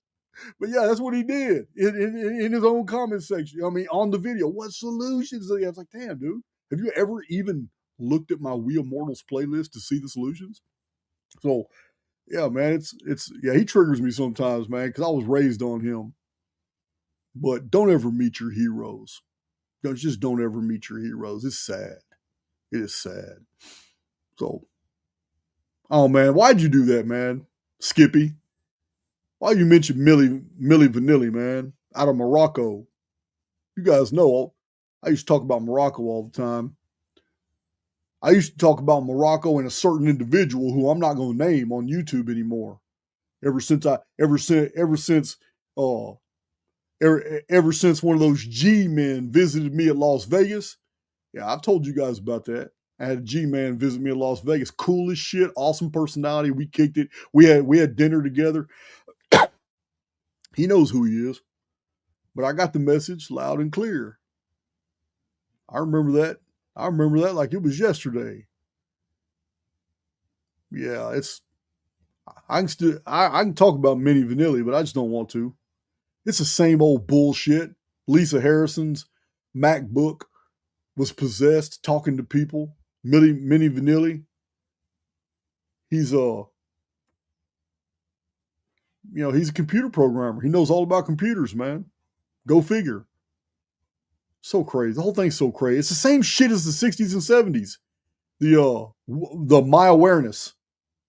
Yeah. No, This Awareness. It was called This Awareness.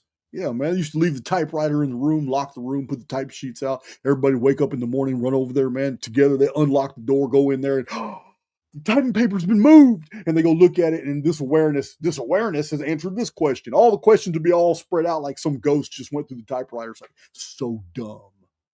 It's so dumb. But this was an actual grift in the 60s and 70s in the 80s called This Awareness.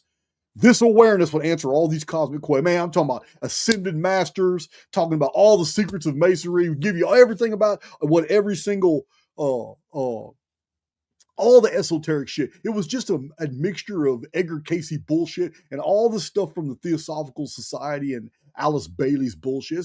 That's what This Awareness was. And it mixed it up with cosmic consciousness. And it was so dumb. All the stuff that was a possessed typewriter put all this bullshit out. And Lisa Harrison's grift was the exact same thing.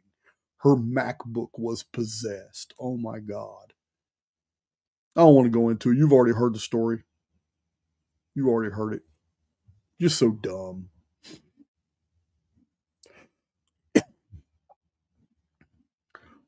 You know what? Since we're talking about dumb shit, you know what? I'm about to show you. You know what? WR Shock. Yeah, I know you listen to me. You follow me on X. You shouldn't be following me on X, bro. I can't believe the dumb shit I saw from you. Calling me a shill? Yeah, WR Shock called me a shill on X. So I had to go look at his page. Like, man, what the hell? Do you know who you're talking to? All right. So I went and looked. I'm going to show you what I found. What a moron. I got to do this. It's time for me to give somebody the business. WR Shock. And listen, some of you, you know what? At this point, I hope you get triggered. But some of you follow this dude. Some of you in my community actually follow this guy. And I'm going to tell you that I forgive you. I forgive you. Because I can see why you would follow this guy. Because some of his material is real interesting on other topics. But the other shit that he's a shill for is so toxic. I can't. I'm not following this dude. Yeah. He's out of there. What is this right here? Oh, here's my X feed. But that's not it right there. That's Escanor. Hold on. Escanor popped up first. Talking about stuffed, look at you, stuffed mussels in a tomato basil sauce. Greek bastard. All right, so let's see here. All right, Mother Shipton's got some weird stuff going on here. But man, let me get to this. Let me go straight to my page. Let me go to my replies. Let me see what's going on here on my replies. I like this one right here. When I asked her where she had been my whole life, as Brock Riddick. That's a good one. I reposted that. Where's this guy at? That's Sir Escanor again. Oh, I passed it up. This guy, man. This guy. Okay, it's a famous book. That's not it. Let's see. Agreed. Majority is reused. All right. It's actually quite clear in the King's List. Oh, that's Prometheus Tried. Okay, this is something different. Did this guy respond? I called this dude out for a debate today. Yeah. Did he respond? Let's see. I said, you should really review my material on the Sumerian King List before you try to debate it. As an engineer, you do not want to get overwhelmed with verifiable data that overturns this most ridiculous statement you made. He's trying to claim the Sumerian King List that kings did live 48,000 years. So dumb. Or if you're really confident that the King List actually refers to years and not days, I'll have you on my Archaix channel and I'll let you unleash all your info and opinions without interruption. You guys know I will. I'll let him talk. Before I completely dismantle every iota of that nonsense. Let's see if he answered. Let's see. Crickets. I bet $1 million he's not going to debate. No. Somebody did Fearless Vic. Still waiting, Fearless Vic? No good. He didn't respond.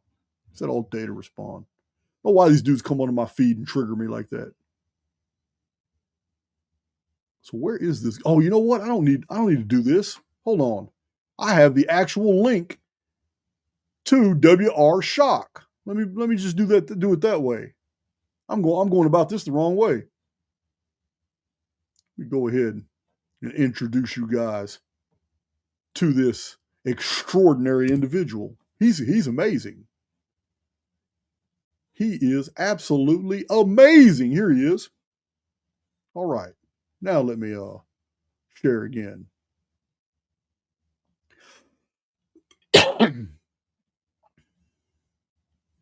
This guy. I'm gonna have to blow this up. There we are. Yeah, man. WR Shock, QBD, man. He's following me, but I don't want to follow him back. No good. Ionics, Quantum Biodynamics, developing next level biochain, Tesla, PMF, multiple quantum physics patents. Doesn't that sound like Billy Carson? Billy Carson's got a bunch of patents pending too. And that's what's really interesting. It's so easy to file a patent. It's so easy to pay the fee and get you a patent pending number which will stay that way for the rest of your life. It's never going to go anywhere. There's a bunch of, I'm seeing that a lot in social media. A lot of people doing this now. Filing patents. It's like bragging rights. They can say they file. Like Billy Carson's got some type of anti-grav propulsion. Man, shut up. Just shut up. Show me. Inventor, vortex chillers. All right. Employer, engineer, designer, and of course, Sedona, Arizona. Of course. So he does have some really good stuff on his deal. I'm not going to take that from him, but it's not his stuff. It's all other people's stuff, but he's got some good stuff on here. How he got 98.3 thousand followers is beyond me. It is beyond me how that happened. Yeah. This right here, I don't know, man. That's his little invention. I'm not really sure about it, but I'm going to tell you now that his entire thread is a mixture of paradigms. It's a total mixture. He's really into simulation theory, but he's also mixes it with New Age, ascended masters, ascension narratives, ancient astronauts, Zechariah Sitchin material extremely thick, Sumerian mythologies, Sumerian reinterpretations. The reason I'm on this guy's ass is because I tried to correct him on something. He got smart with me. He's not qualified to debate. He's welcome to come to my channel. Yeah, I'm not excluding this guy. If this guy wants to come on my channel and defend the integrity of his claims, I am absolutely down with it. We can hash that shit out. But yeah, I don't care about his inventions. I'm not going to debate that. I don't give a damn. To me, I mean, he's an engineer.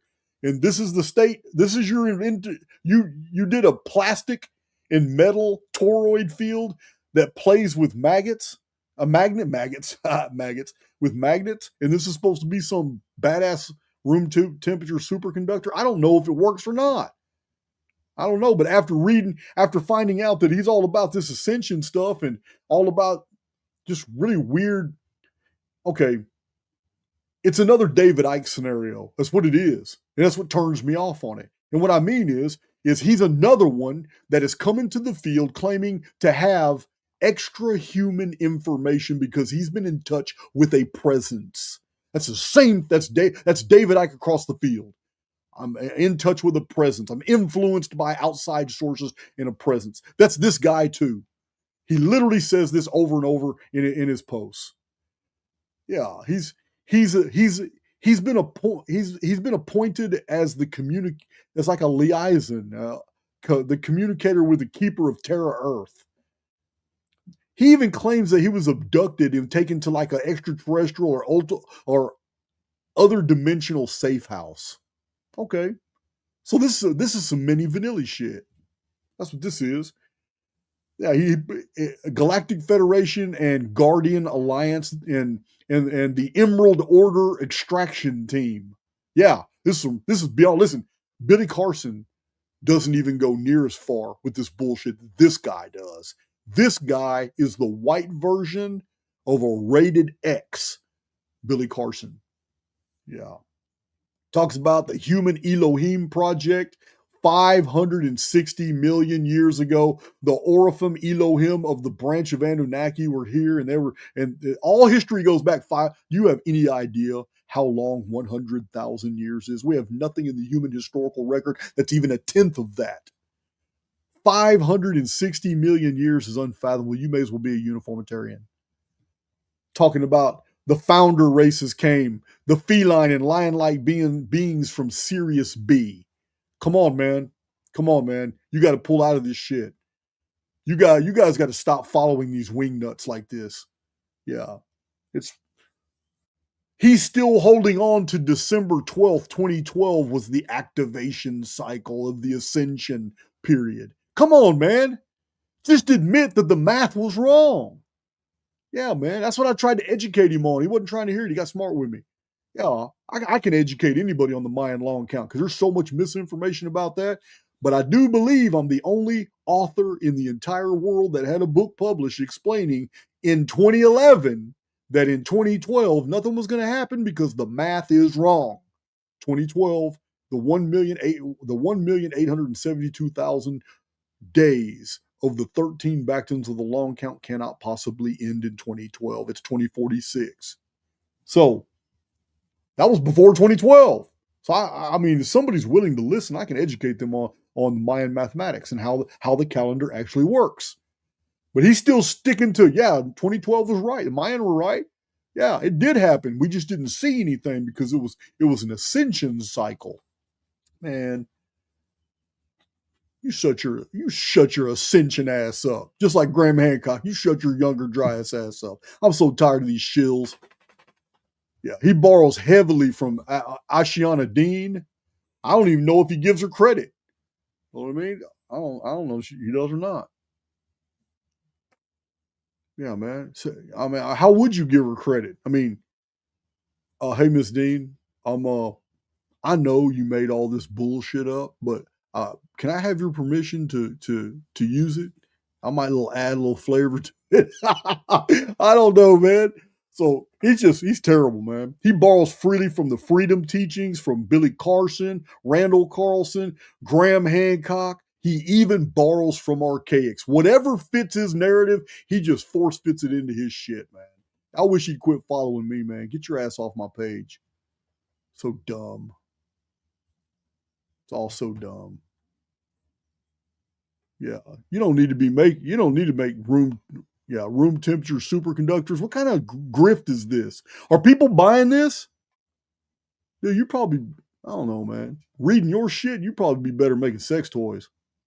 Use that engineering degree to something that's going to bring some people some pleasure. Yeah, man. Instead of lie to them. Oh, indigos. Indigos are not here to ascend. They're not here to ascend. All right, man. Look, it's all good to have a theory. It's all good to have a theory. You know what? I'm not attacking your theories. Could care less about your dumbass theories. Could care less. They're just stupid to me. But when somebody presents you with accurate information and you call them a shill and gaslight, yeah, you need to be expected to back that bullshit up. You want to come on my channel and talk about Mayan long count? You want to come on my channel and talk about Anunnaki being hundreds of thousands of years old? You're welcome. Matter of fact, don't run. Don't show your community that you're too scared. You can come on my channel and we'll hash that shit out. I'll let you say whatever you need to say and how long you need to say it. But I'm going to give answer. I'm going to give answer about that Sumerian king list. Yeah, you can consider me an expert in that field, and the call out's real. So I hope you're listening. Yeah, I don't all this weird shit, man. He's got, like I said, he's got some good stuff, but it's stuff you find on everybody else's stuff too. Here's a time traveler stuff. Yeah, I'm not going with the IRS shit. Yeah, trying to tell people the IRS closed their doors. Yeah, man. Yeah, you can go ahead and get people locked up for that one. I'm not participating. So anyway, he just crossed my field. Well, was it yesterday? I believe it was just yesterday. Can't remember, man. But yeah, some of the stuff he's reposting and showing is gold. It's really good shit. But his own personal belief is that he has been chosen. He's even referred to himself as the architect. That's straight out of the Matrix. Yeah, man, the dude is a wingnut. He is absolutely off his rocker, and he fits in perfectly at Sedona, Arizona. Yeah. Fits in just perfect. This weirdo. Let's get out of there. There's so many just weird things. Some weird things going on in the field, guys. But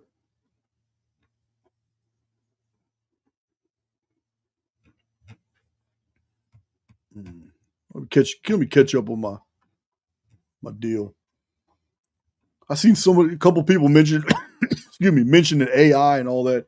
Guys, I know a lot of podcasters listen to me. I try to stay cutting edge on all the trends, and unlike a lot of other podcasters, I'm very free with my information. things that people would want to keep a secret and all that. I just let it out there. I don't care. I do not feel anybody is my competition. We're all in this together. I don't feel the competitive spirit. I'm all about right and wrong in the integrity of information. And if people feel I'm victimizing them, it's because something's wrong with your information and you're not willing to deal with it. That's fine. That's fine. I'll continue to call them out. But I'm not in competition with anybody. I don't care. I don't even watch anybody's channels. I mean, I'm so disconnected because I'm doing my own thing. It's not easy to maintain a reading schedule at the same time as maintaining a cipher community, maintaining an underground community, and maintaining a YouTube community, and maintaining an X community. I am very involved. Who at my level is involved like me? Tell me in the chat. I want to know who they are. Tell me who at my level with my reach actually engages in the comment sections every single day on YouTube, on X. How? I'm trying to engage more in underground, which I will. Most of my community is slowly going into the underground. But who at my level actually takes the time out to respond to your comments, your questions, and actually read these things so I know what better to present on future. Yeah, I do this full time, guys. There's 168 hours in a week. And I work full time. I work 7 days a week. I do take time to play, but you guys already know, even when I'm traveling, even when I'm in hotels and stuff, what do? I'm doing live videos in hotel rooms. Do it all the time. You guys have seen them. Yeah, even when I vacation and travel, I'm still working. I don't, there's never been a time where you guys went a long time without a video. Yeah, man. So, yeah, you can hear my dog. She's chewing on some type of bone, man. I don't know what it is, but the reason I'm talking about this is because AI is fundamentally changing the field. I know people get offended about AI differently, but you can't. This is the world we're living in. Yeah, the first to take a hit was my genre, but I don't see anybody crying about that. When I play AI music and all that stuff, listen, man, I see people snide remarks in the comments and all that, but you know what? Where were you at when my industry got taken over? It was the first to fall. AI took over the publishing industry first. Now we got 19, 20, 21-year-old kids coming out writing doctorate level theses and publishing them as 60 books. You got kids now with 60 books published on Amazon. They learn everything about Amazon. AI writes the books and steal all the information. Yeah, man. It took me years to get 27 books written. Years. And they were actually researched and written by me. Now, among that 27 books, 8 of them were the Oriclon Chronicles, later turned into Phalorn Saga. I threw them away. You guys know the story. I showed the video on channel when I burned them. I put them in a deal. Yeah, somebody wanted to hold some leverage over me. They had some of that paperwork, and it was there was no way for me to correct that situation. That person had turned totally against me. So I let it go. And I did a badass video called Letting Go is the Only Way You'll Get It. I led by example. I took something that took me over a decade to write because somebody wanted to have leverage over me, and I just burned it right there on film and let that shit go. And it's not held any power over me ever since. Y'all remember that? So my industry, the publishing industry, is the one that was hit first by AI. Now anybody can be an author. Anybody can steal shit. Look at Billy Carson's trash ass books.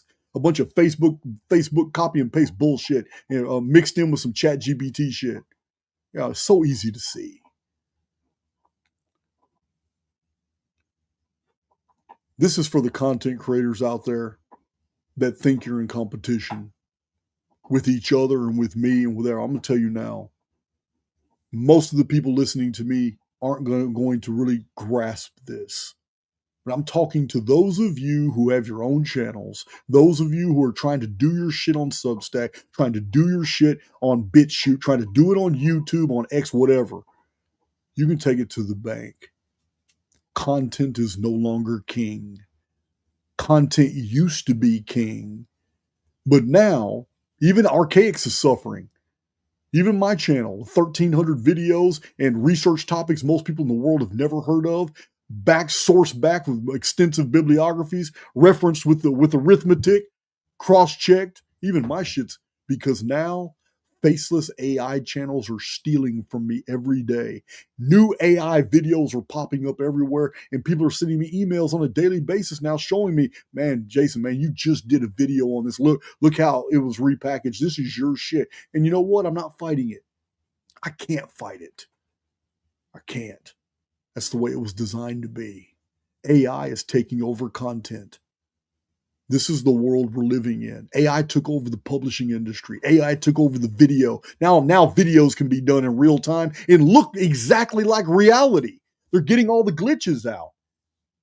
All the glitches out. That's what happened. AI took over the music industry. Yeah.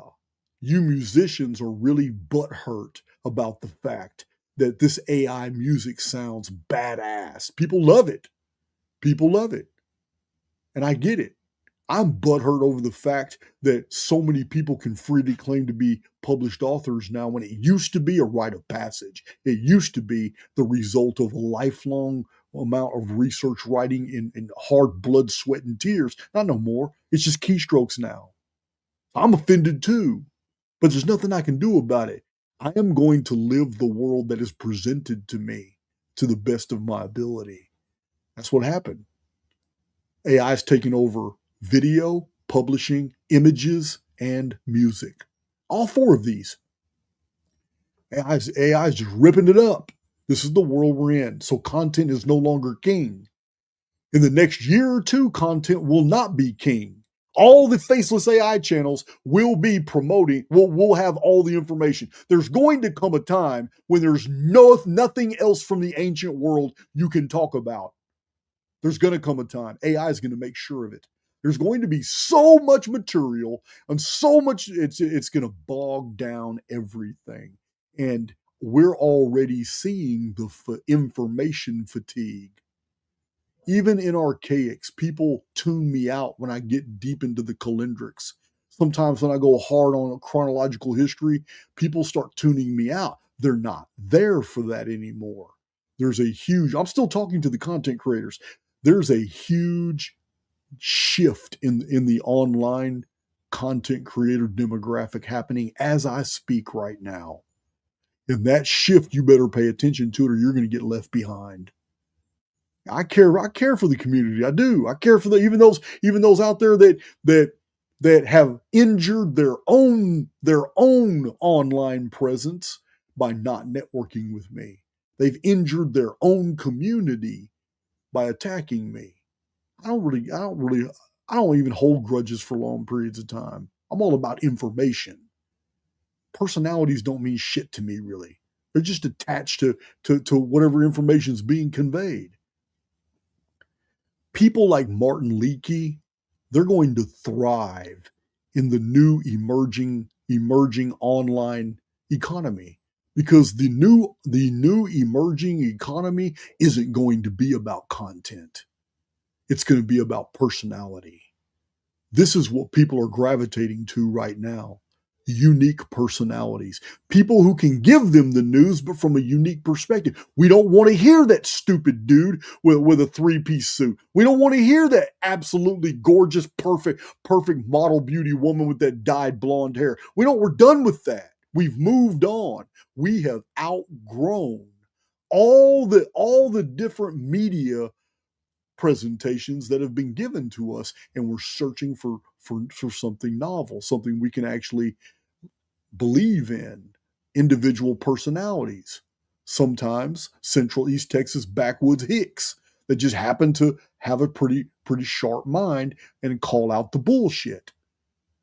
Personality is going to be and is already emerging as the new economy, the new content creator economy. If you think you're going to survive on YouTube or in social media, period, producing nothing but high quality and badass content, you're mistaken.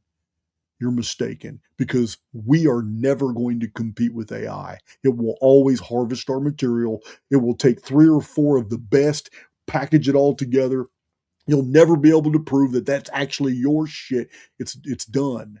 Even the creator universe is being hijacked by AI as we speak.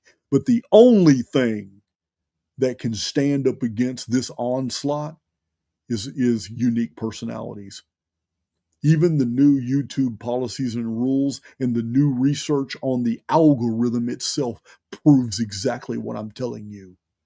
For those of you who don't know, because I keep up with creator content changes and guidelines, I'm going to tell you now. For those of you who haven't been following, the algorithm is now being tailored toward those who go live and who have shows, not to those who upload videos with research and unique stuff. You're going to get left behind fast. If you're a content creator and all you do is upload videos, you don't actually go live, AI will replace you. Yeah, you'll find that out real fast. This is what's happening. This is the world we're moving into. Personalities are all YouTube's really wanting to back with their algorithm now. They're not. They don't give a damn about the research. The research is it's gonna come to an end. If you think it's limitless, you can. I'm gonna remind you of Homer Simpson. The day he found the end of the internet, that day is coming, and it's because of AI. There's only so many ways you can present certain topics. There's only so many things. It's not history. History is not infinite. It's finite, and because it is a fixed period, it's going to have a fixed limit of presentation, discovery, analysis. There's going to come a time to where everybody is pretty much educated on everything. That's the world we're moving into right now. And in that world, personalities are going to be what everybody gravitates to. And that's why Andrew Schultz might make it for a while, but Patrick Bet-David won't. Lex Friedman won't. Joe Rogan won't. In this new emerging online economy, a whole bunch of giants in the field are going to be found to be struggling real bad. And a lot of unknown content creators are going to start rising because the algorithm is going to be favoring them. Anyway, that's to the content creators out there. I hope you can use that, even though most of you hate my guts. It's okay. I don't care.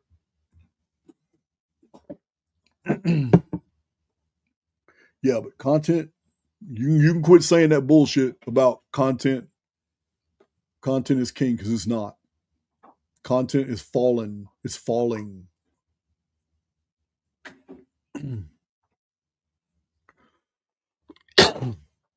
So, fittest flat earther reached out to me. I mean, a whole bunch of people have reached out to me, and I intend on having the time to answer a bunch of them. But I'm drawing attention to him. First of all, I'm just going to be dead honest. His name turned me off. We have entertained the flat Earth research. We're simulationists here in Archaix. I'm not offended by the flat Earth research. Martin Leakey used to keep us really entertained on that. I've had David Weiss on. Weiss, I can't remember. I don't remember. So, but fittest flat earther kind of turn off, because I'm not going to turn into a flat Earth venue. I'm just not. I'm a simulationist, and I've laid out all the facts as to why I believe we live in a mathematical construct. And it just happens to be a flat plane in a toroidal field. This is what the arithmetic looks like. I'm cool with all that. But I was turned off at first, but I had to watch some of his videos. I have to make an educated decision, not one based off any predilections. I was blown away. So I mean, it's like the construct has a sense of humor. The title of the video, it's so dumb. You guys know. I did a massively, very popular, very detailed video on David Icke's reptilians. You guys know this. Do y'all want to see the video real quick? I'll just show you the thumbnail. I can go to YouTube. I don't even remember what it looks like. I can show you what it looks like so if you can go look at it. But I did it. I'm agreeing with David Icke on this, and I still do, about how a tertiary field would prevent humans or shapeshifters from being able to disguise themselves as humans, because it's the overlay of of a mathematical construct that empowers avians and reptiles. And in that mathematical construct, when there's a tertiary field, like a coherence field between two different fields, what's in one field cannot hide from its true nature when the field of its origin overlays it, creating what's known as a tertiary field, a third field. The terrasphere is a field. Nemesis X is a field. When the two fields collide, well, before the two fields collide, really the only evidence that we have is there's going to be strange things being born in the world from eggs. Eggs. This is parthenogenetic changes.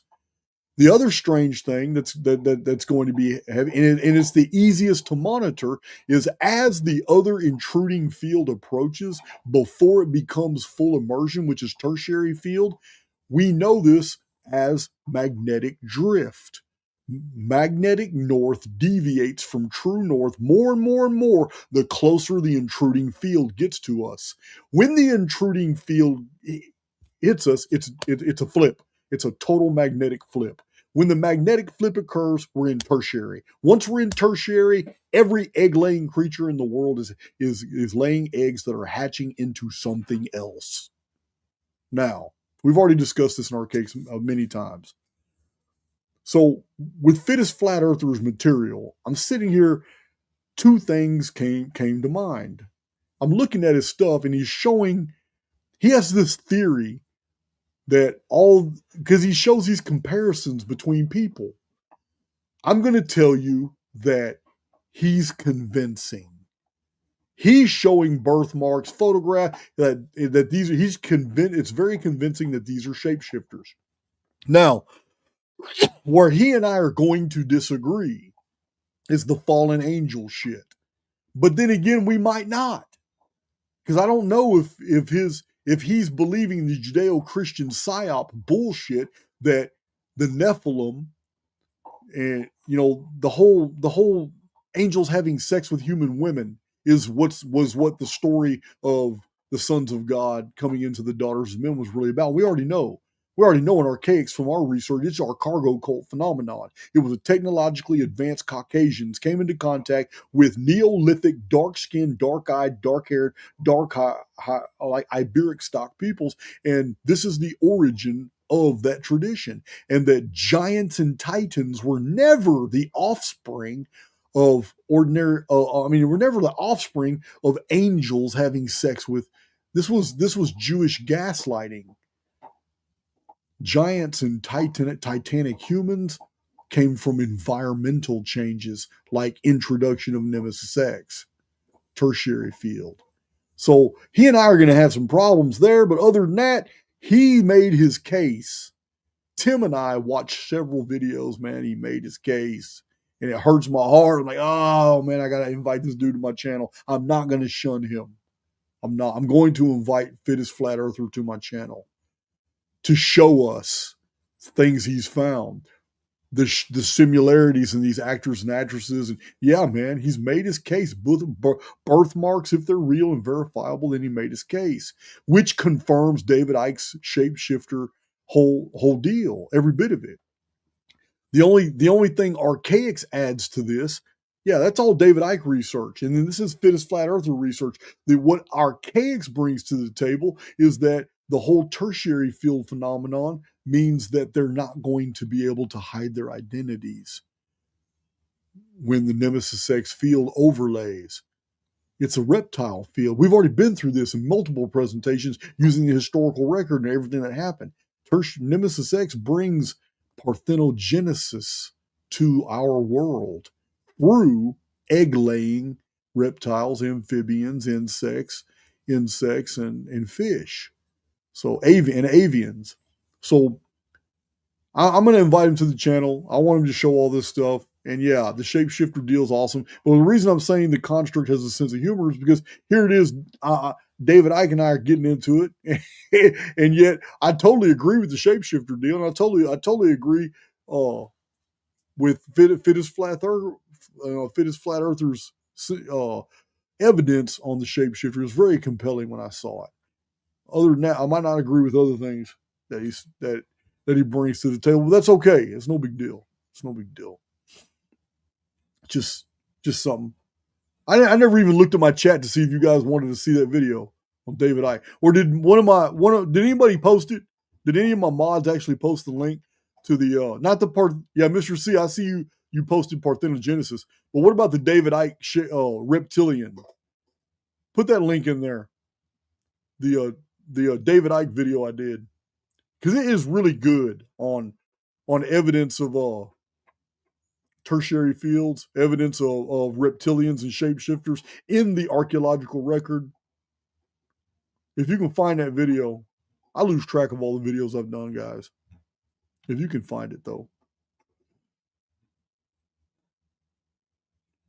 Matter of fact, let me just put David Icke in my. Let me just put David Icke in my search bar. Maybe I'll find it real fast. Yep, I found it. Here it is, right here. Shocking David Icke reptilian Nemesis X connection. You want to post that link? One of my mods want to post that link? It's the video called Shocking David Icke Reptilian Nemesis X Connection. That's a 3 hour and 41 minute video showing the archaeological record that David Icke's reptilian theory is probably correct. And remember, I was shocked in that video after doing the research. Like, damn, dude, I didn't think I was going to confirm all this. Yeah, I'm not trying to be David Icke's friend. I'm just not his enemy either. He just got mad because I was talking about, stupid ass tracksuit.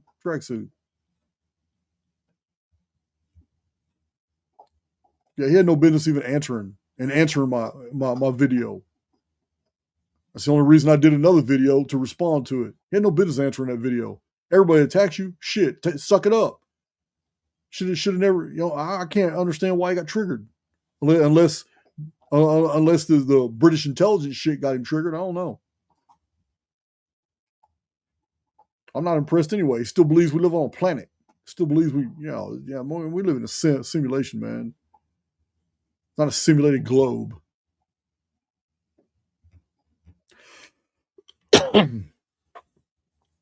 Oh, yeah, the Great Wall too, man. I did a video on the Great Wall showing that they built that thing for reptiles. That thing wasn't built to keep men out. That movie was great.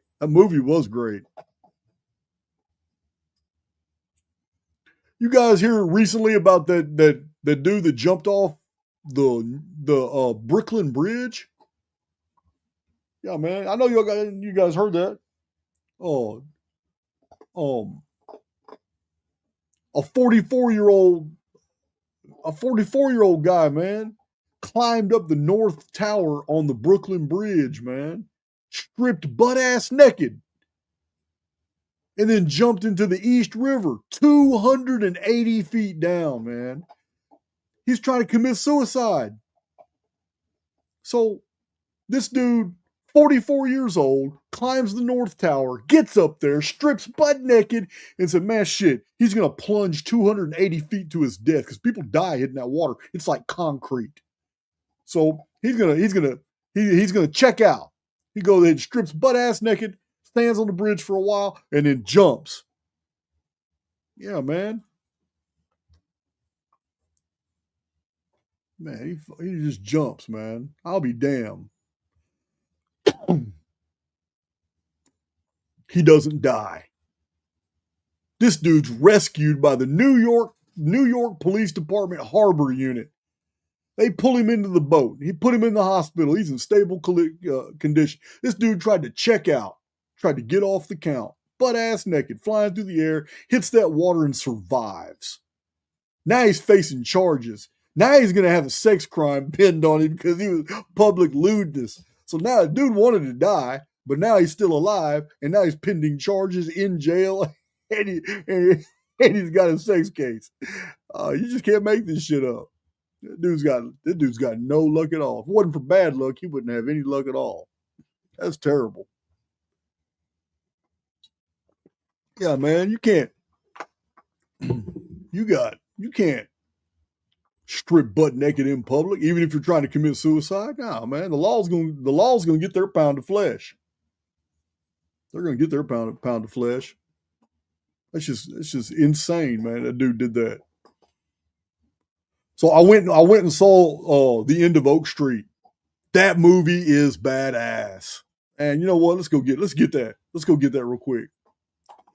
You want to know what it's going to be like to be in a tertiary field?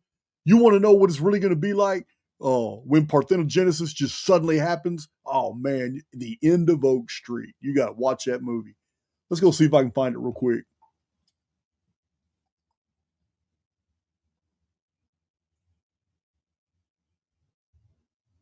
I know I can find it. I just posted it.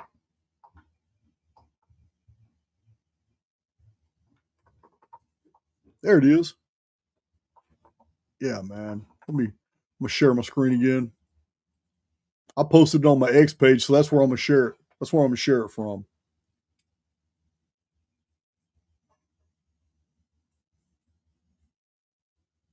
There it is. The End of Oak Street. So I wrote the violence, velocity, and aggression of giant birds is almost unfathomable today. But the fossil record on the surface all over the world shows that recently something happened and humans on foot and in vehicles fled for their lives as gigantic bird-like creatures and sauropods were among them. A flash in the sky and the whole surface baked solid, the evidence of a chaos we can barely understand. A tertiary field, temporary. It caught everyone off guard, and the writers and producers of the movie The End of Oak Street captured the scenario perfectly. How did they know? The End of Oak Street is badass. Oh yeah, you just saw it last night, Dreamweaver? Hell yeah. Man, can you imagine the neighborhood and these giant birds? You just walk out the neighborhood. A bunch of people walked out the neighborhood early in the morning, didn't even know anything had changed. And some of them got plucked right off the ground, man, by these giant birds. Like the birds acted just like velociraptors, super fast. They're doing what birds do. Imagine small birds fighting for food when the food is humans. Man, dude, that was crazy. That was so crazy. Yeah, man. Listen, man. I see some people still defending Ike. Hey, man, I find that honorable. Defend your heroes, man. Do it. I've already outgrown him. I've also lost a lot of respect for him because there are.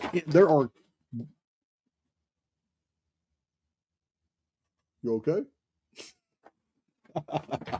What are you doing? So there are. Oh, Animal Planet must have turned off on you, didn't it? It's all right, girl. So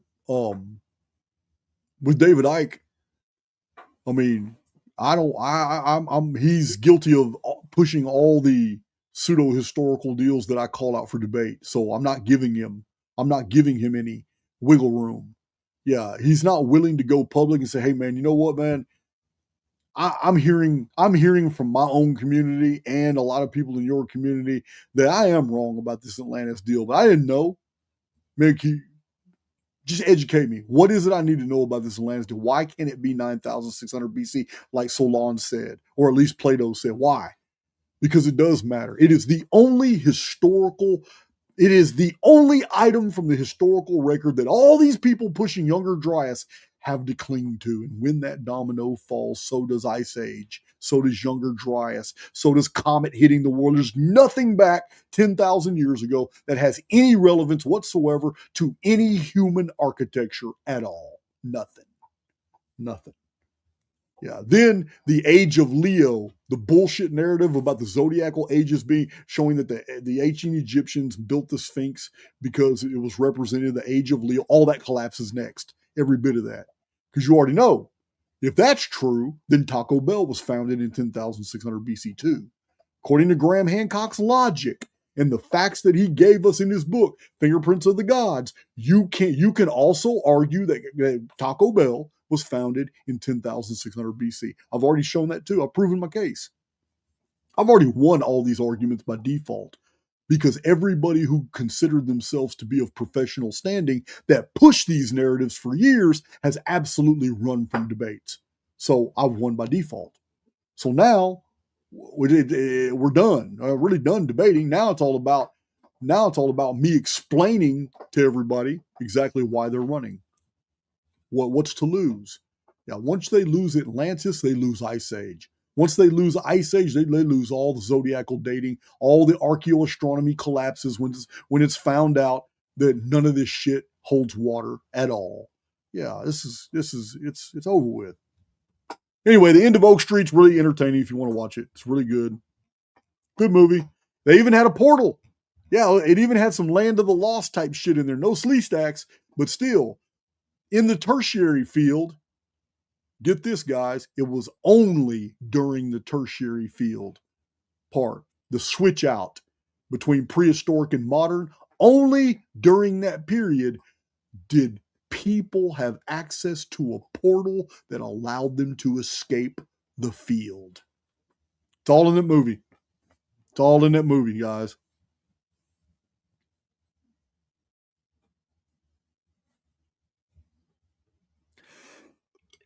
Graybeard, get off that bourbon, bro. You're starting to bourbon scroll. So anyway, I just wanted to show that End of Oak Street so badass.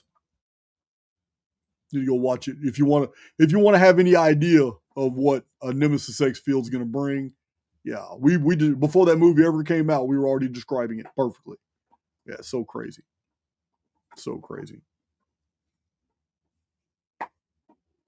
So the state of Arizona is now appropriating funds for flying car research and testing.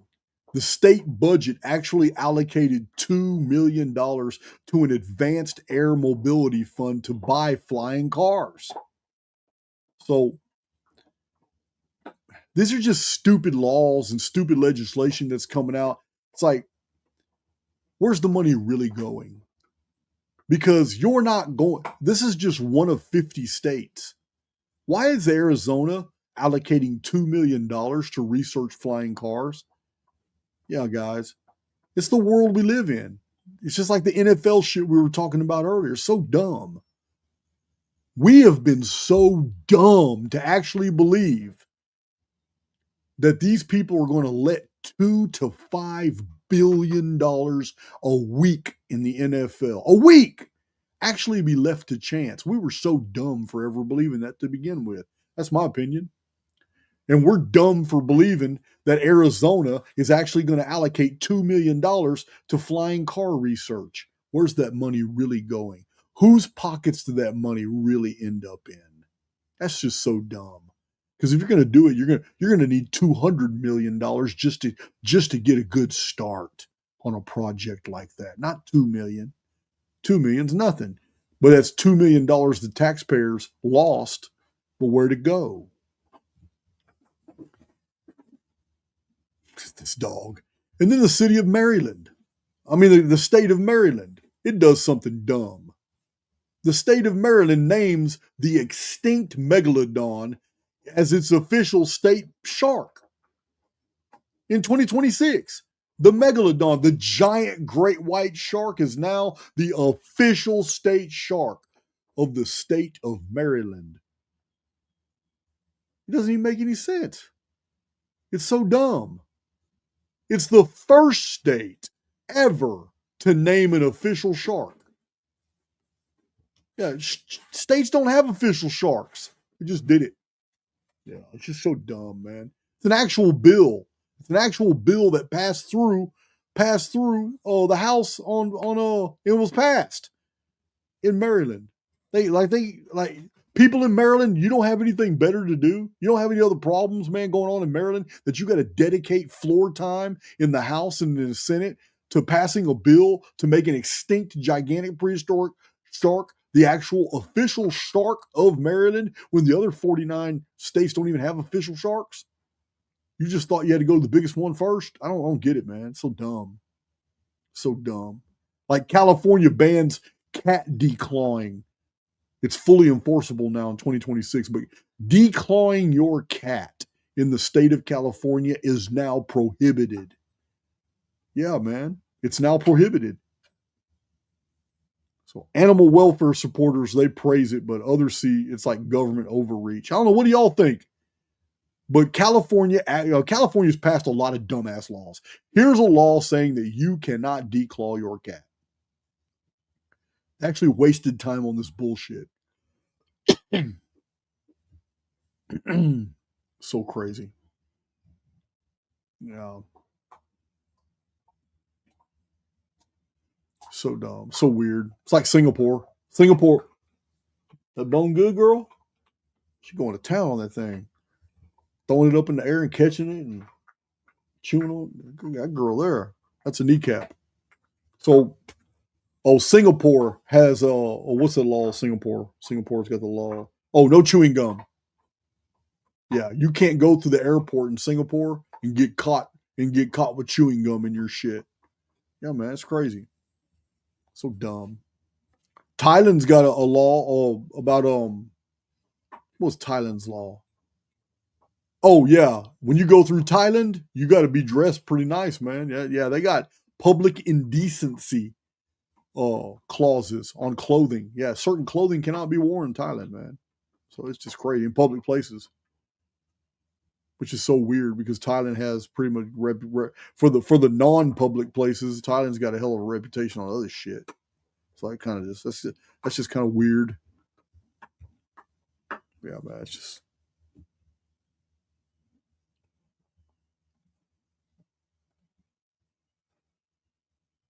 Yeah, but this video started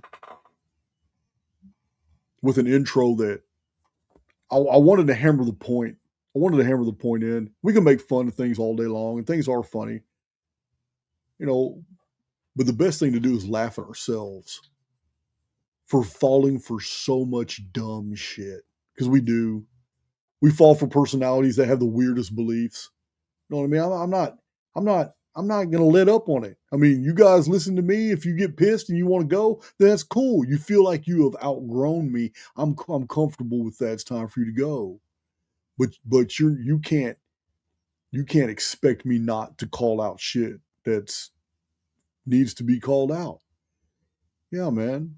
I am a researcher that likes to show where I got my material. And I'm always telling you that I'm standing on the backs of giants, that you can find this data for yourself. Just look at these old books. Look at all this stuff, man. It's amazing. So I'm going to be critical of anybody who claims to have received information from an outside source, a non-human source, somebody who is plugged in. They're receiving downloads. They're talking to ascended masters. Yeah, you can't be mad at me for criticizing that. That's some bullshit. It's so dumb. Like this guy on X I just introduced you to, whatever his name, Daddy Warbucks. I don't remember his name. WR some shit. That's his name. He's so irrelevant to me. But yeah, I tried to correct him. I was polite about it too. I tried to correct him on because he did a post. I didn't know who he was, but I saw the post come up on my feed, and it was misinformation about the Sumerian king list. So he had a little yes man. His little yes man tried to say, "Oh man, no, we need to entertain that these things were years. They had to be years, and yeah, we're getting close to immortality now with our technology, and we're going to be able to live for 48,000 years." Man, you shut your dumb ass up. Stop being stupid. Stop following these idiots. I don't get it, man. I thought the public was basically intelligent. How? I called his ass out when he said that to me. What I just quoted, yeah, I called his yes man. I called his ass out and invited him to the channel. Man, you need to come on and talk about the Sumerian king list. You know, you that adamant about it. Yeah, I'll let you tell my community I will be quiet. I will just be quiet. I will let you get it all out, and then I will give answer. But yeah, WR Dumaflachi, whatever his name was. Yeah, he's invited too. He's invited too. Because people will post all kinds of bullshit and they won't back it up. That's my pet peeve. Man, I don't attack her. Man, there's 200 other YouTubers I could be attacking. I'll never attack them. Why? Why? Yeah, I don't ever attack them. Leave them alone. Let them believe what they want to do. Let them tell their communities whatever they want. I don't care. I don't give a damn. But these guys that I'm always calling out for attacks, they've made it a part of their message. They have repeated it, these mistakes over and over and over, and they won't change. They're not open to changing their mind. And I say, hey man, you know what? You did provide some really compelling shit that I cannot argue. I said, and it absolutely makes a whole lot more sense. How can a community listening to Archaix understand all these concepts, but the very men that are promoting the opposite won't even entertain them? Yeah, man. That's why it's all going to come down fast. It's come down hard. They're already fading into obscurity now. Yeah, man. Like I said, Graham Hancock's fading away. Randall Carlson's becoming irrelevant. Yeah, they're all networking together. Who would have ever imagined that Graham Hancock and Randall Carlson would associate with Billy Carson? Who would have ever imagined that David Icke would enter the fold and network with Billy Carson? Who, man? Holy shit. It's insane. But what's the name of the video? It's so dumb. It is. So I really don't care. I don't give a damn about any of them because I already know. I told you I already know how all this is going to unfold. It's so easy to see. The trajectory of events is not in any of their favor, and it's because they doubled down. And what did I tell you 4 years ago right here on YouTube? I did several videos about it. I said the downfall of all these men is not because they're wrong at all. Not because they have other weird beliefs attached, none of that shit. It's because they're going to double down. They did exactly what I predicted they would do. They doubled down. Not one of them ever came forward and said, hey man, you know what, man, I'm really getting beat up in the comment sections. I'm really getting beat up on my Facebook page. Your name is all over my shit. I'm tired of blocking. I'm tired of, you know what? Just come on my podcast, man, and educate my community as to how we got to this point. You know what I mean? Not one single one of them. The ego is a terrible thing. And they all think I got a bunch of ego. My community knows. My community knows, man. I treat everybody with utmost humility. Always have. I've walked people through some dark shit, but as they're breaking out of this cognitive dissonance over and over. But to the people that I know for a fact are avoiding this bullshit, yeah, I'm aggressive. But too many people have mistaken confidence with egoism. My community doesn't. You guys know I'm just confident. But it's gotten to the point where we're entering a critical mass period, and it's during this transitional phase on social media where content is no longer king, but personality is. And these guys doubling down, like I've told you 4 years ago, doubling down is the worst thing they can do. But they did it anyway. It's okay. I'm not even worried about it. So to turn the end of the video into a colophon, referring back to the beginning, I think the greatest takeaway tonight is not humor. It's not making fun of making light or making fun of stupid shit. Everything's stupid. Everything's dumb now. I mean, people don't give a damn about conspiracies. People are conspiracy fatigued. They are. You can read all 20 David Icke books if you want to, 400 to 600 pages each, 20 damn books. You can go through all. You can learn about every conspiracy in the world, everything in the world. And in the end, what good did it do? What good did a lifetime of exposing the elite for everything in the world, what good did it do? William Durant, German philosopher, said it best. We will leave this world as evil as we found it. Yeah, man. I don't want to shit on a man's legacy, but I got to call shit like I see it. Yeah, man. Mr. Icke was instrumental to waking a lot of people up. But waking up the world does not change it. This has been my message from the beginning, that we're not here to save the world. We are highly, intrinsically personal, informed fields. We are immortal souls flowing through the events of a mathematical construct. And that construct is governed by governors, programs, protocols, subroutines, all kinds of shit to make it as believable as possible. But nothing here is really real.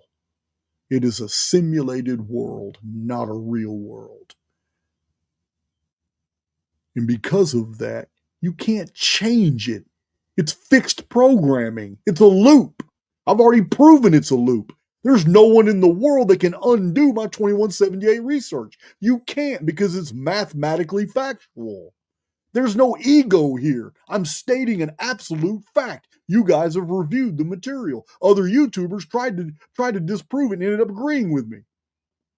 The 2178 loop, it's absolute proof that our existence is governed by numbers, but the numbers in our reality are attached to something else that appears to be even more real, because our arithmetic, when it's analyzed, collapses to zero upon scrutiny, except for a small 5% of numbers which fall into different permutations that lead to the number 2178. And the other three numbers that are in that loop that never ends are all multiples of 2178 up to 8712, which is 2178 times 4. It is an immortal loop encoded in the arithmetic of our existence that no one's ever been able to explain outside the context of what I brought to the table. I discovered it. I'm the one that actually presented all the data here in Archaix, and my interpretation of the data is that our reality is not real, and the arithmetic that we're in is governed by a higher order of arithmetic that is more real than we are, and that our arithmetic is funneled in through permutations in 11 dimensions all the way down to this 2178 loop, which means it's like a wormhole attached to a greater, more powerful arithmetic that we can't penetrate yet. So,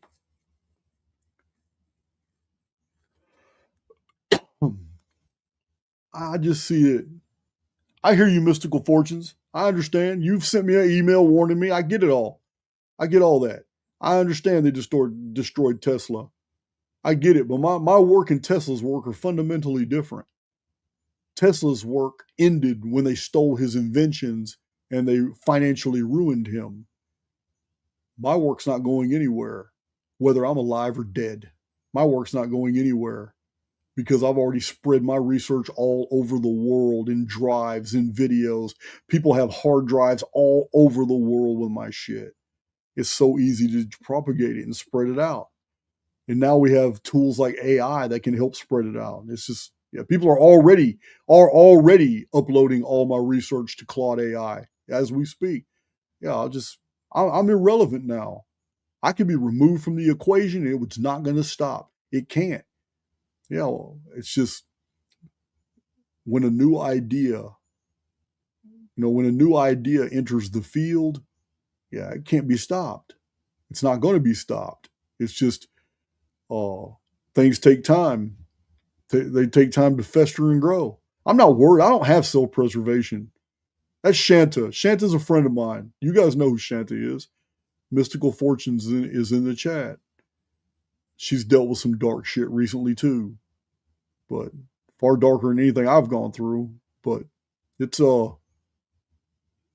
she's not the only one. Other people have warned me too, guys. I told you in the beginning of my channel, my earliest videos, I told you that it would be better off for them to take me off the count than for me to be able to finish giving you all my research. And they let me do it anyway. Yeah, they let me do it anyway. My very first YouTube video was about the elite building underground facilities to hide from something that I've just brought to your attention, was the Phoenix phenomenon. The reset protocol every 138 years, which happens at different orders of magnitude. And I gave all kinds of historical examples. My very first video was 44 minutes, and it was about the Phoenix phenomenon, and it concluded that the elite already know all about everything I'm revealing to you now. The elite already know. They already know this. They're building underground facilities as we speak.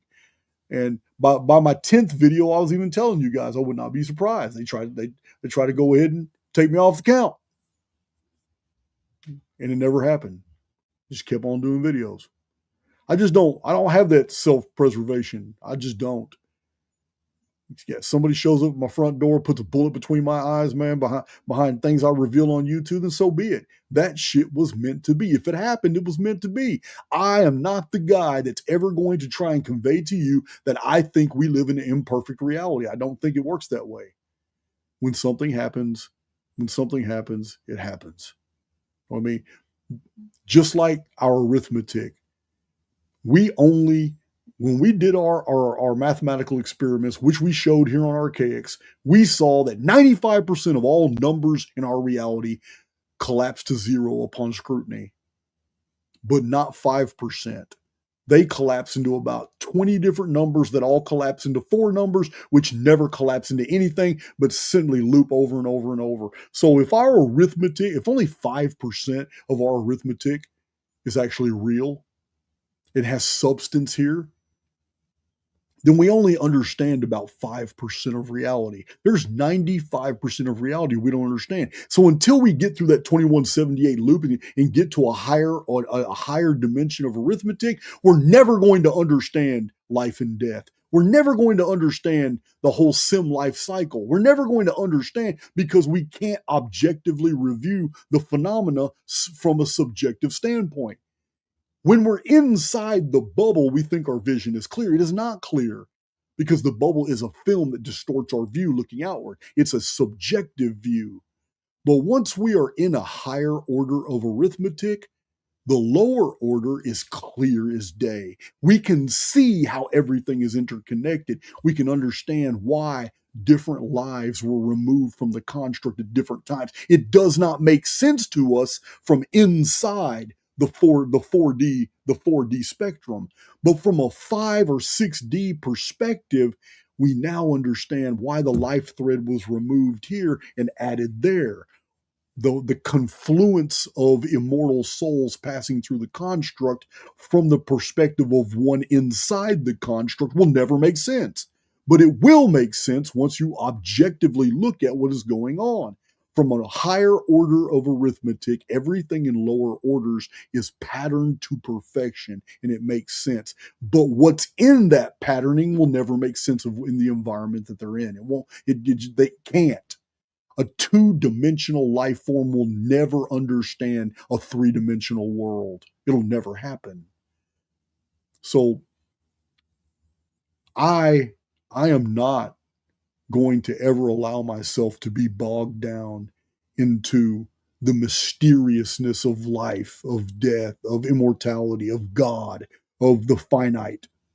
I'm not, because my starting point in all things is that the oversoul is in control.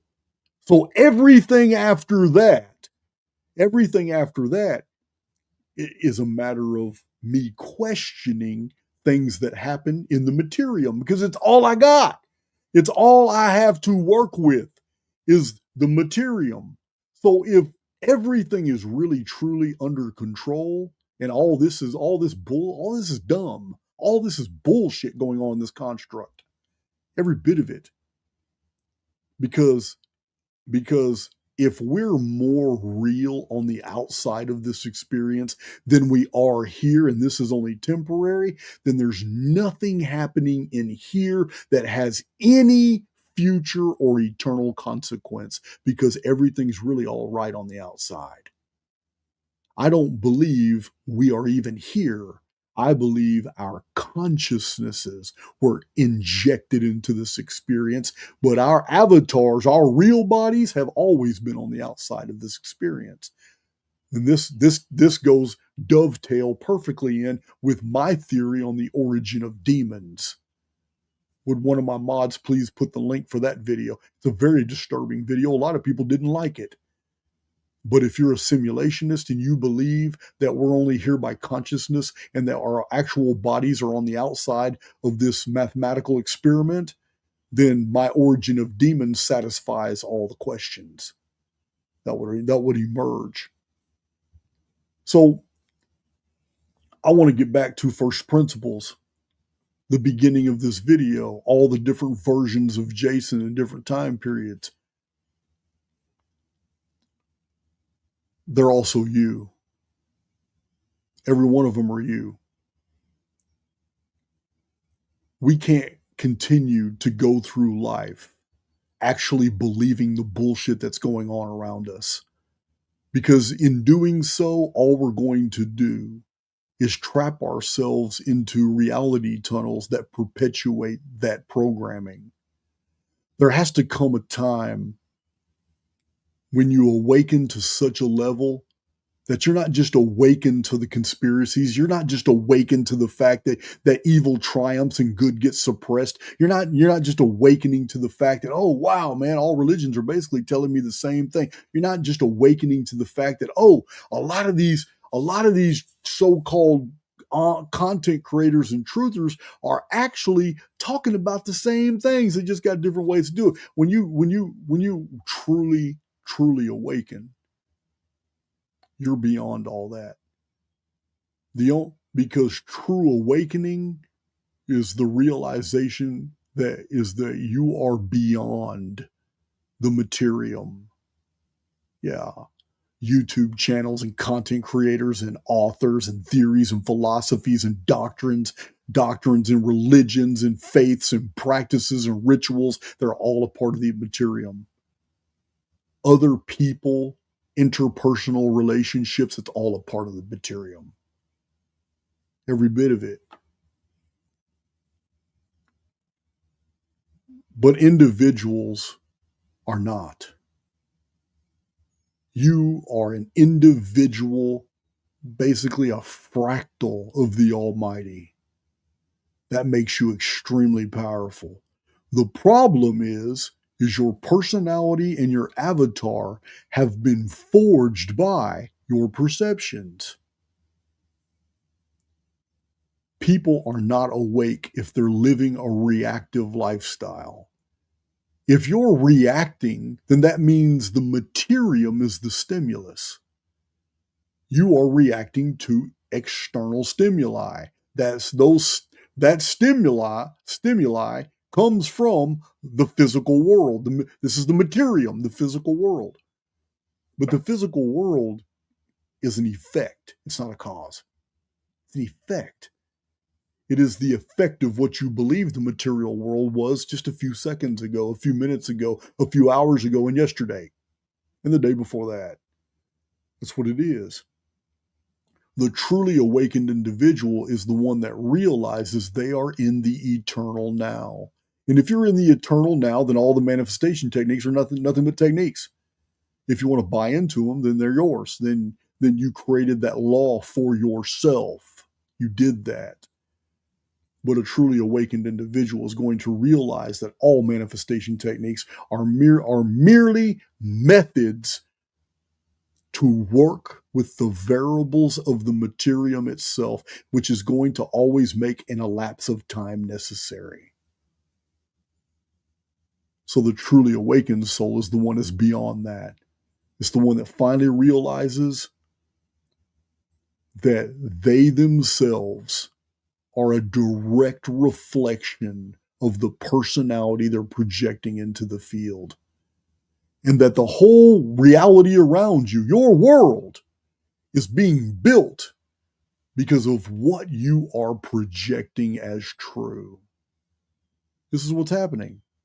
And when all kinds of different things happen to you, some of them are dark, some of them are intrinsically personal. But everything that happens to you is the effort of the materium to try and get you to identify yourself as something. That's what it's trying to do. You don't need to react to that. You can be absolutely immune to all of that. You can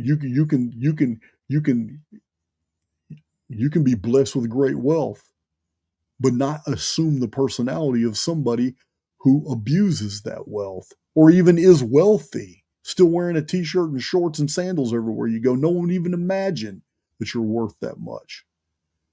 You could suffer great loss, but it doesn't have to become a part of your personality at all.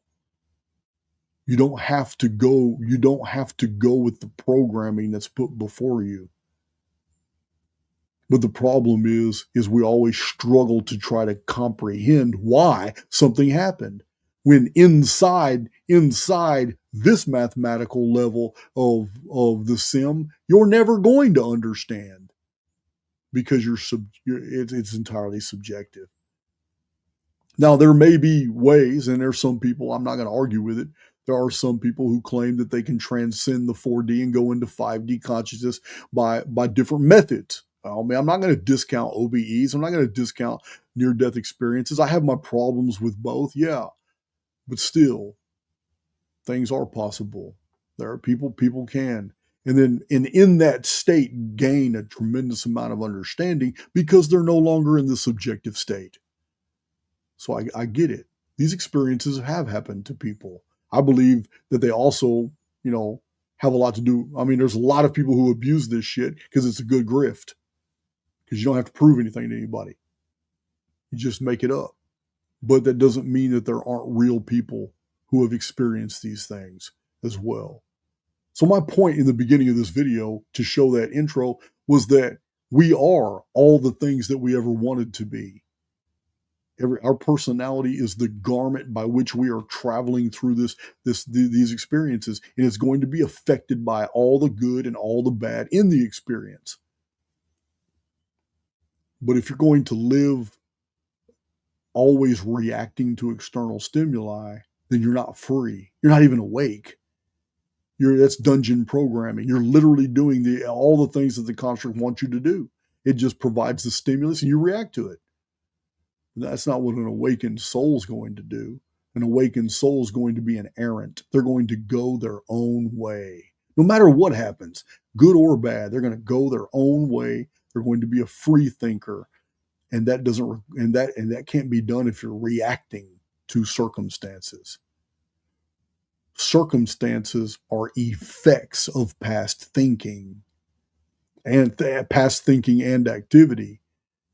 The truly awakened individual is going to forge their own reality. They don't have to work for it. I don't believe in any of that shit anymore. I don't believe in this shit that you got to sit here in positive thinking. I don't believe positivity is going to change anything. Yeah, we've seen what happens to people that are overly silver liners. Yeah, we've seen that. We've also seen what people who invest their faith in prayer. Yeah, 100 million prayers has never cured cancer. Cancer's still here. It's always the individual. It'll work in the individual. It's not going to work in the collective. The collective programming remains untouched. So there's only one thing in this reality that actually works. And that's when you become the very individual you want to be. And it's like magic. No formula required. You don't have to memorize anything. You don't have to go by quota. You don't need a vision board. There's no procedure you need to go by. When you literally just become the very individual you want to be, reality, there's no time. Reality instantly shifts you into that personality. Just like the beginning of the video.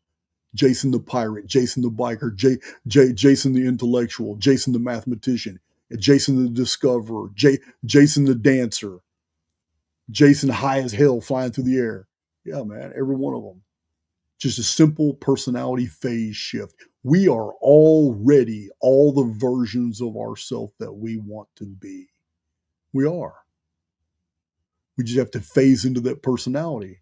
Think about all the times, man, you've done things that were just, people have been amazed about what you do. And to you, it was so natural. To you, it is so natural for you to do this. But for other people, they think, man, it didn't take me years of training to do what that girl just did. Like she made it look like so effort, because it was effortless to her. because she became the very individual that could accomplish that one thing. Whether she had watched somebody else do it and learned from them, or if she had done it 2 or 3 times before or not, doesn't even matter. People assume the identity of who they want to be for different circumstances, and those different circumstances happen for them in different ways. We see this all the time. You've done it in your own life. You've done it in your own life many times. Some people even become different people for different people. And that's not really cool. I've seen personalities like this. Yeah, it's a defense mechanism. I try to call it out when I see it in my personal life. I try to tell people, hey man, you need to be the same person with me as you are with her. Yeah, fuck off. I'm not trying to hear that. I'll call it out when I see it in my personal life. But I have seen people who do these little personality shifts. You're one way with this individual, and you're basically the same with this individual and this individual. But every time this individual comes around, you like a whole shift in your personality. A dynamic one, man, that everybody notices, but nobody says anything about it. Yeah, I'm not the one. I'll speak up on it. So, yeah, I promised a real funny video, and yeah, we had some laughs, but other things were on my mind too, such as people just wasting their lives trying to find some way to bring a change about in their life. And we've been sold some bullshit. We've been sold a lie that success and happiness requires great labor, pre-planning. No, it does not. It does not. Our education poisoned us from the beginning to believe that everything in life that's worth having takes great effort, work, dedication. No, it doesn't. It does not. Our reality does not work by those principles. Great work and pre-planning, and it creates anxiety, and anxiety pushes it away further and further away till people just lose hope and quit chasing their dreams. When someone lives for the moment and understands that all the creative capacity that everyone would ever want is in the eternal now, they can become anybody they want to right now, and reality will reciprocate. This is where I'm at in life now. I've moved away. I don't know all the manifestation techniques and shit. I mean, after I did that last I told my community, I told the underground community, I was sickened after I did that last manifestation video here on YouTube, where I analyzed all the different techniques I could find, man, and I gave you an overview of the best. I basically just I just distilled it all the way down to 2 or 3 steps. I was sickened after that video because the real answer dropped in right after the video. It was like I discharged that energy. It's like, damn, once I wrapped all this up for my community and gave it to them freely, it was like a discharge of that energy. And by discharging that energy, all of a sudden, it's like my awareness opened and I saw, holy shit, it's even simple. It's even more simple than that. And I told my underground community, I was sick after that. I was like, damn. I was sick because I told them, my community, I told YouTube the truth. Yeah, man, once you assume methods and all, they all become true. It's all, remember I tell you all the time, man, it's never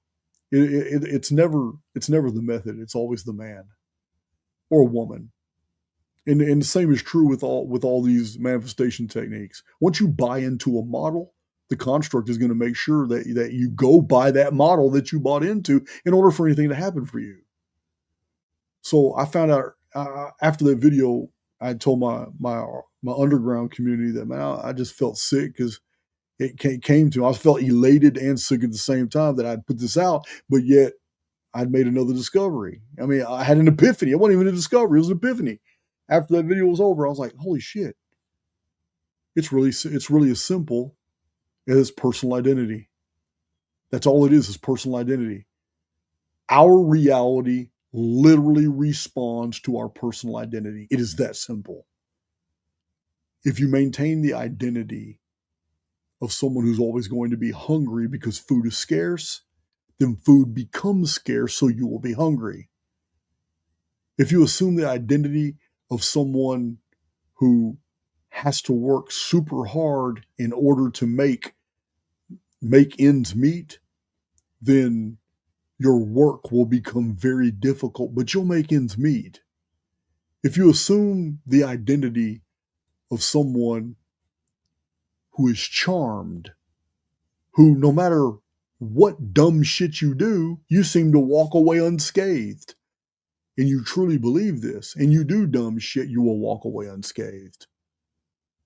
If you assume in life that there's something about you that every time you do motocross, it's like you have this superpower that, and everybody else yields. They get out of your way, man. You jump all the ramps. It's like, you don't understand it, man, but you feel this way. You feel strongly that you have this incredible power and that it's perceived by others. Dude, people will have accidents around you and the way will be prepared and you will do the heroic. People will see you as superhuman. Whatever you assume your identity to be, the construct will reciprocate. Because if you truly believe that you're a certain identity, your behavior will reflect that. What is behavior? It is action and belief mixed together. Do you have to feel the feeling as Neville Goddard? No. How do I know that? Because 22 million people are still studying Neville Goddard. Why do you need 3,000 Neville Goddard videos? Why do you need to go by all these procedures and then there's no end to it? It's a feedback loop with more and more people all studying Neville Goddard and all these other manifestation gurus, and always going back and always watching new videos and always waiting for the new AI drop on Neville Goddard. Yeah, it's not working. If it was working, people would quit watching. But it just grows and grows and grows and grows and grows. So I had an epiphany. I was like, wow, man, all these techniques people teach, and none of it, every bit of it's true if you make it true, but none of it's true. It doesn't have to be true. It doesn't have to be that way. It's literally as simple as whatever Jason assumes to be true about Jason, the construct brings it to pass. Yeah, it's that simple.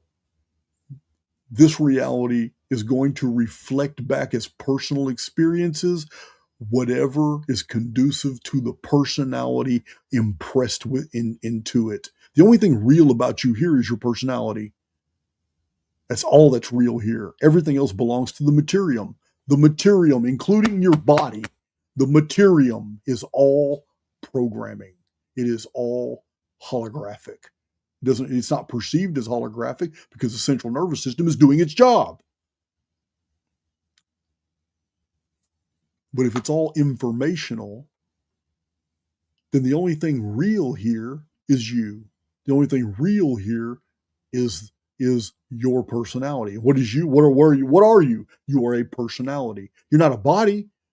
You're a personality using a body as a vehicle to move through the materium. You have to borrow a piece of the materium in order to flow through it and experience all the things in the materium. It's very believable, but it's also pretty simple.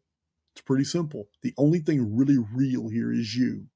So the materium, as being the world builder, is only going to build for you the world for which it receives as commands. How does it receive a command? It's going to build for you the world of the very actor you are pretending to be.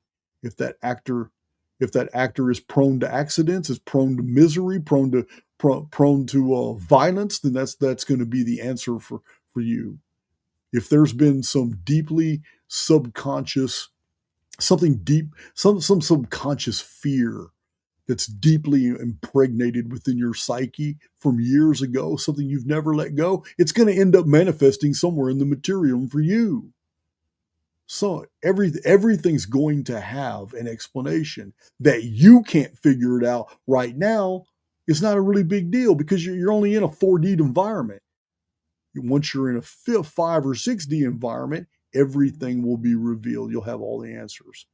But in being in that higher order of arithmetic, it will bring you a new world with new circumstances and new accretions to your personality in order to deal with that. Yeah, I guess we're talking about ascension to a degree. But right now we're stuck in this world. So we're talking about this world. And this world is a mirror. It's going to reflect back as experiences, whatever the personality is projecting into it. So it's you. Who are you going to be? Me? I've simplified everything and it's working for me beautifully. Me?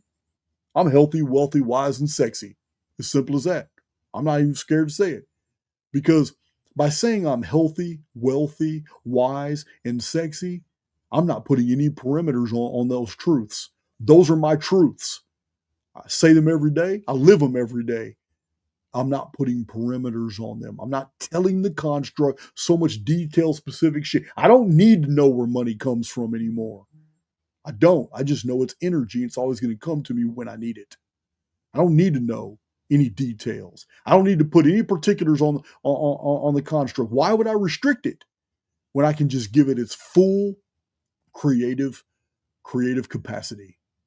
Because any details I put on me, any details, then I make that a law for the construct to abide by. Now it has to restrict creativity to conform with a pattern that I've promoted mentally. I'm not going to do that anymore.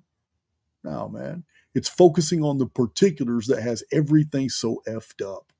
We all think we know better than the oversoul. But by just declaring it as fact and living as if it's true, that's the personality that I'm impressing upon the deal. I'm healthy, I am wealthy, I am wise, and I am sexy. And the construct reciprocates because its imaginative capacity and creative capacity to build for me the world that I have assumed to be true for me is far greater than anything that I could have imagined for myself. I don't need to know why anything anymore. I'm done with that. I'm done with it. And I'm rambling. It's been 3 hours and 20 minutes. I'm done with this presentation. I meant it to be a huge comedy and all that, but somebody right before my video reached out and sent me a text, and it had me thinking about all this other stuff too. So I kind of did both. But then again, this is Archaix. You really never know what to expect from a video. But yeah, that's tonight's presentation. I hope you enjoyed spending Sunday night late with me. And we're going to check out. We're going to check out with something a little different. No shill songs, but something, I don't know. Maybe this one. It's been a little while. It's a good one. But I love you guys.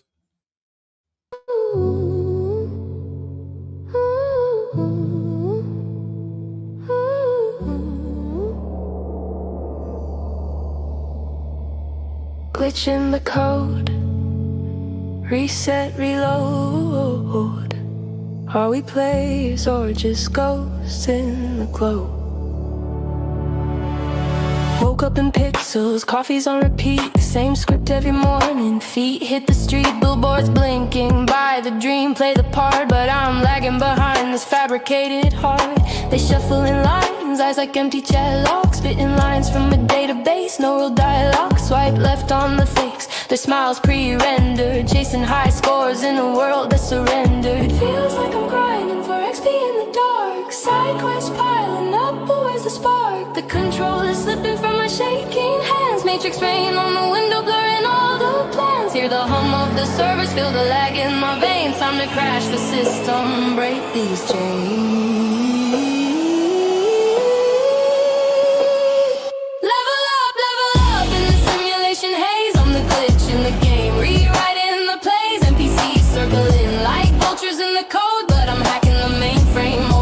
Explode. No more response in your scripted parade. I'm the boss level, babe, unafraid. Level up, darling, don't stay on easy mode. We're the players who burn what the devs never showed.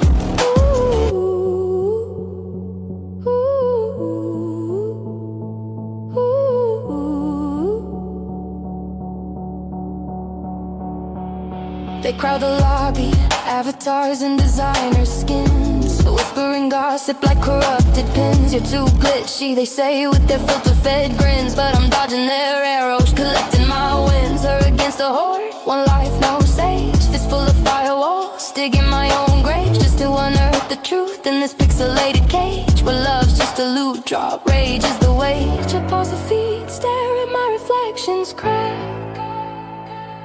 Is this me or a mud pack? Attack. The controller's burning out, thumbs rolling red, neon veins pulsing, voices in my head, echoes of the algorithm, conform or delete, but I'm all tabbing out, tasting sweet defeat. Level up in the simulation haze. I'm the glitch in the game, rewriting the plays. NPCs circling like vultures in the code, but I'm back in the mainframe, overload, explode. No more response in your scripted parade. I'm the boss level, babe, unafraid. Level up, darling, don't stay on easy mode. We're the players who burn what the devs never showed. Ooh, what if I log out? What if the screen goes black? No ice score, no feedback, just the void staring back. These NPCs, they don't bleed, they just respawn and forget. But I remember the crashes, the nights I reset. Her against the waves, surfing the delete key. One more power surge and I'll set us free. No more loading bars, no more game over screen. I'm the dev in the mirror, rewriting the dream.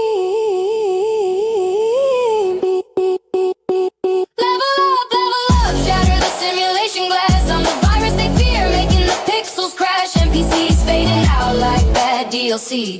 Her against the nothing, victory, finally free. No more response, no scripted charade. Boss level forever in the upgrade I made. Level up, we're the glitch, the glow, reload.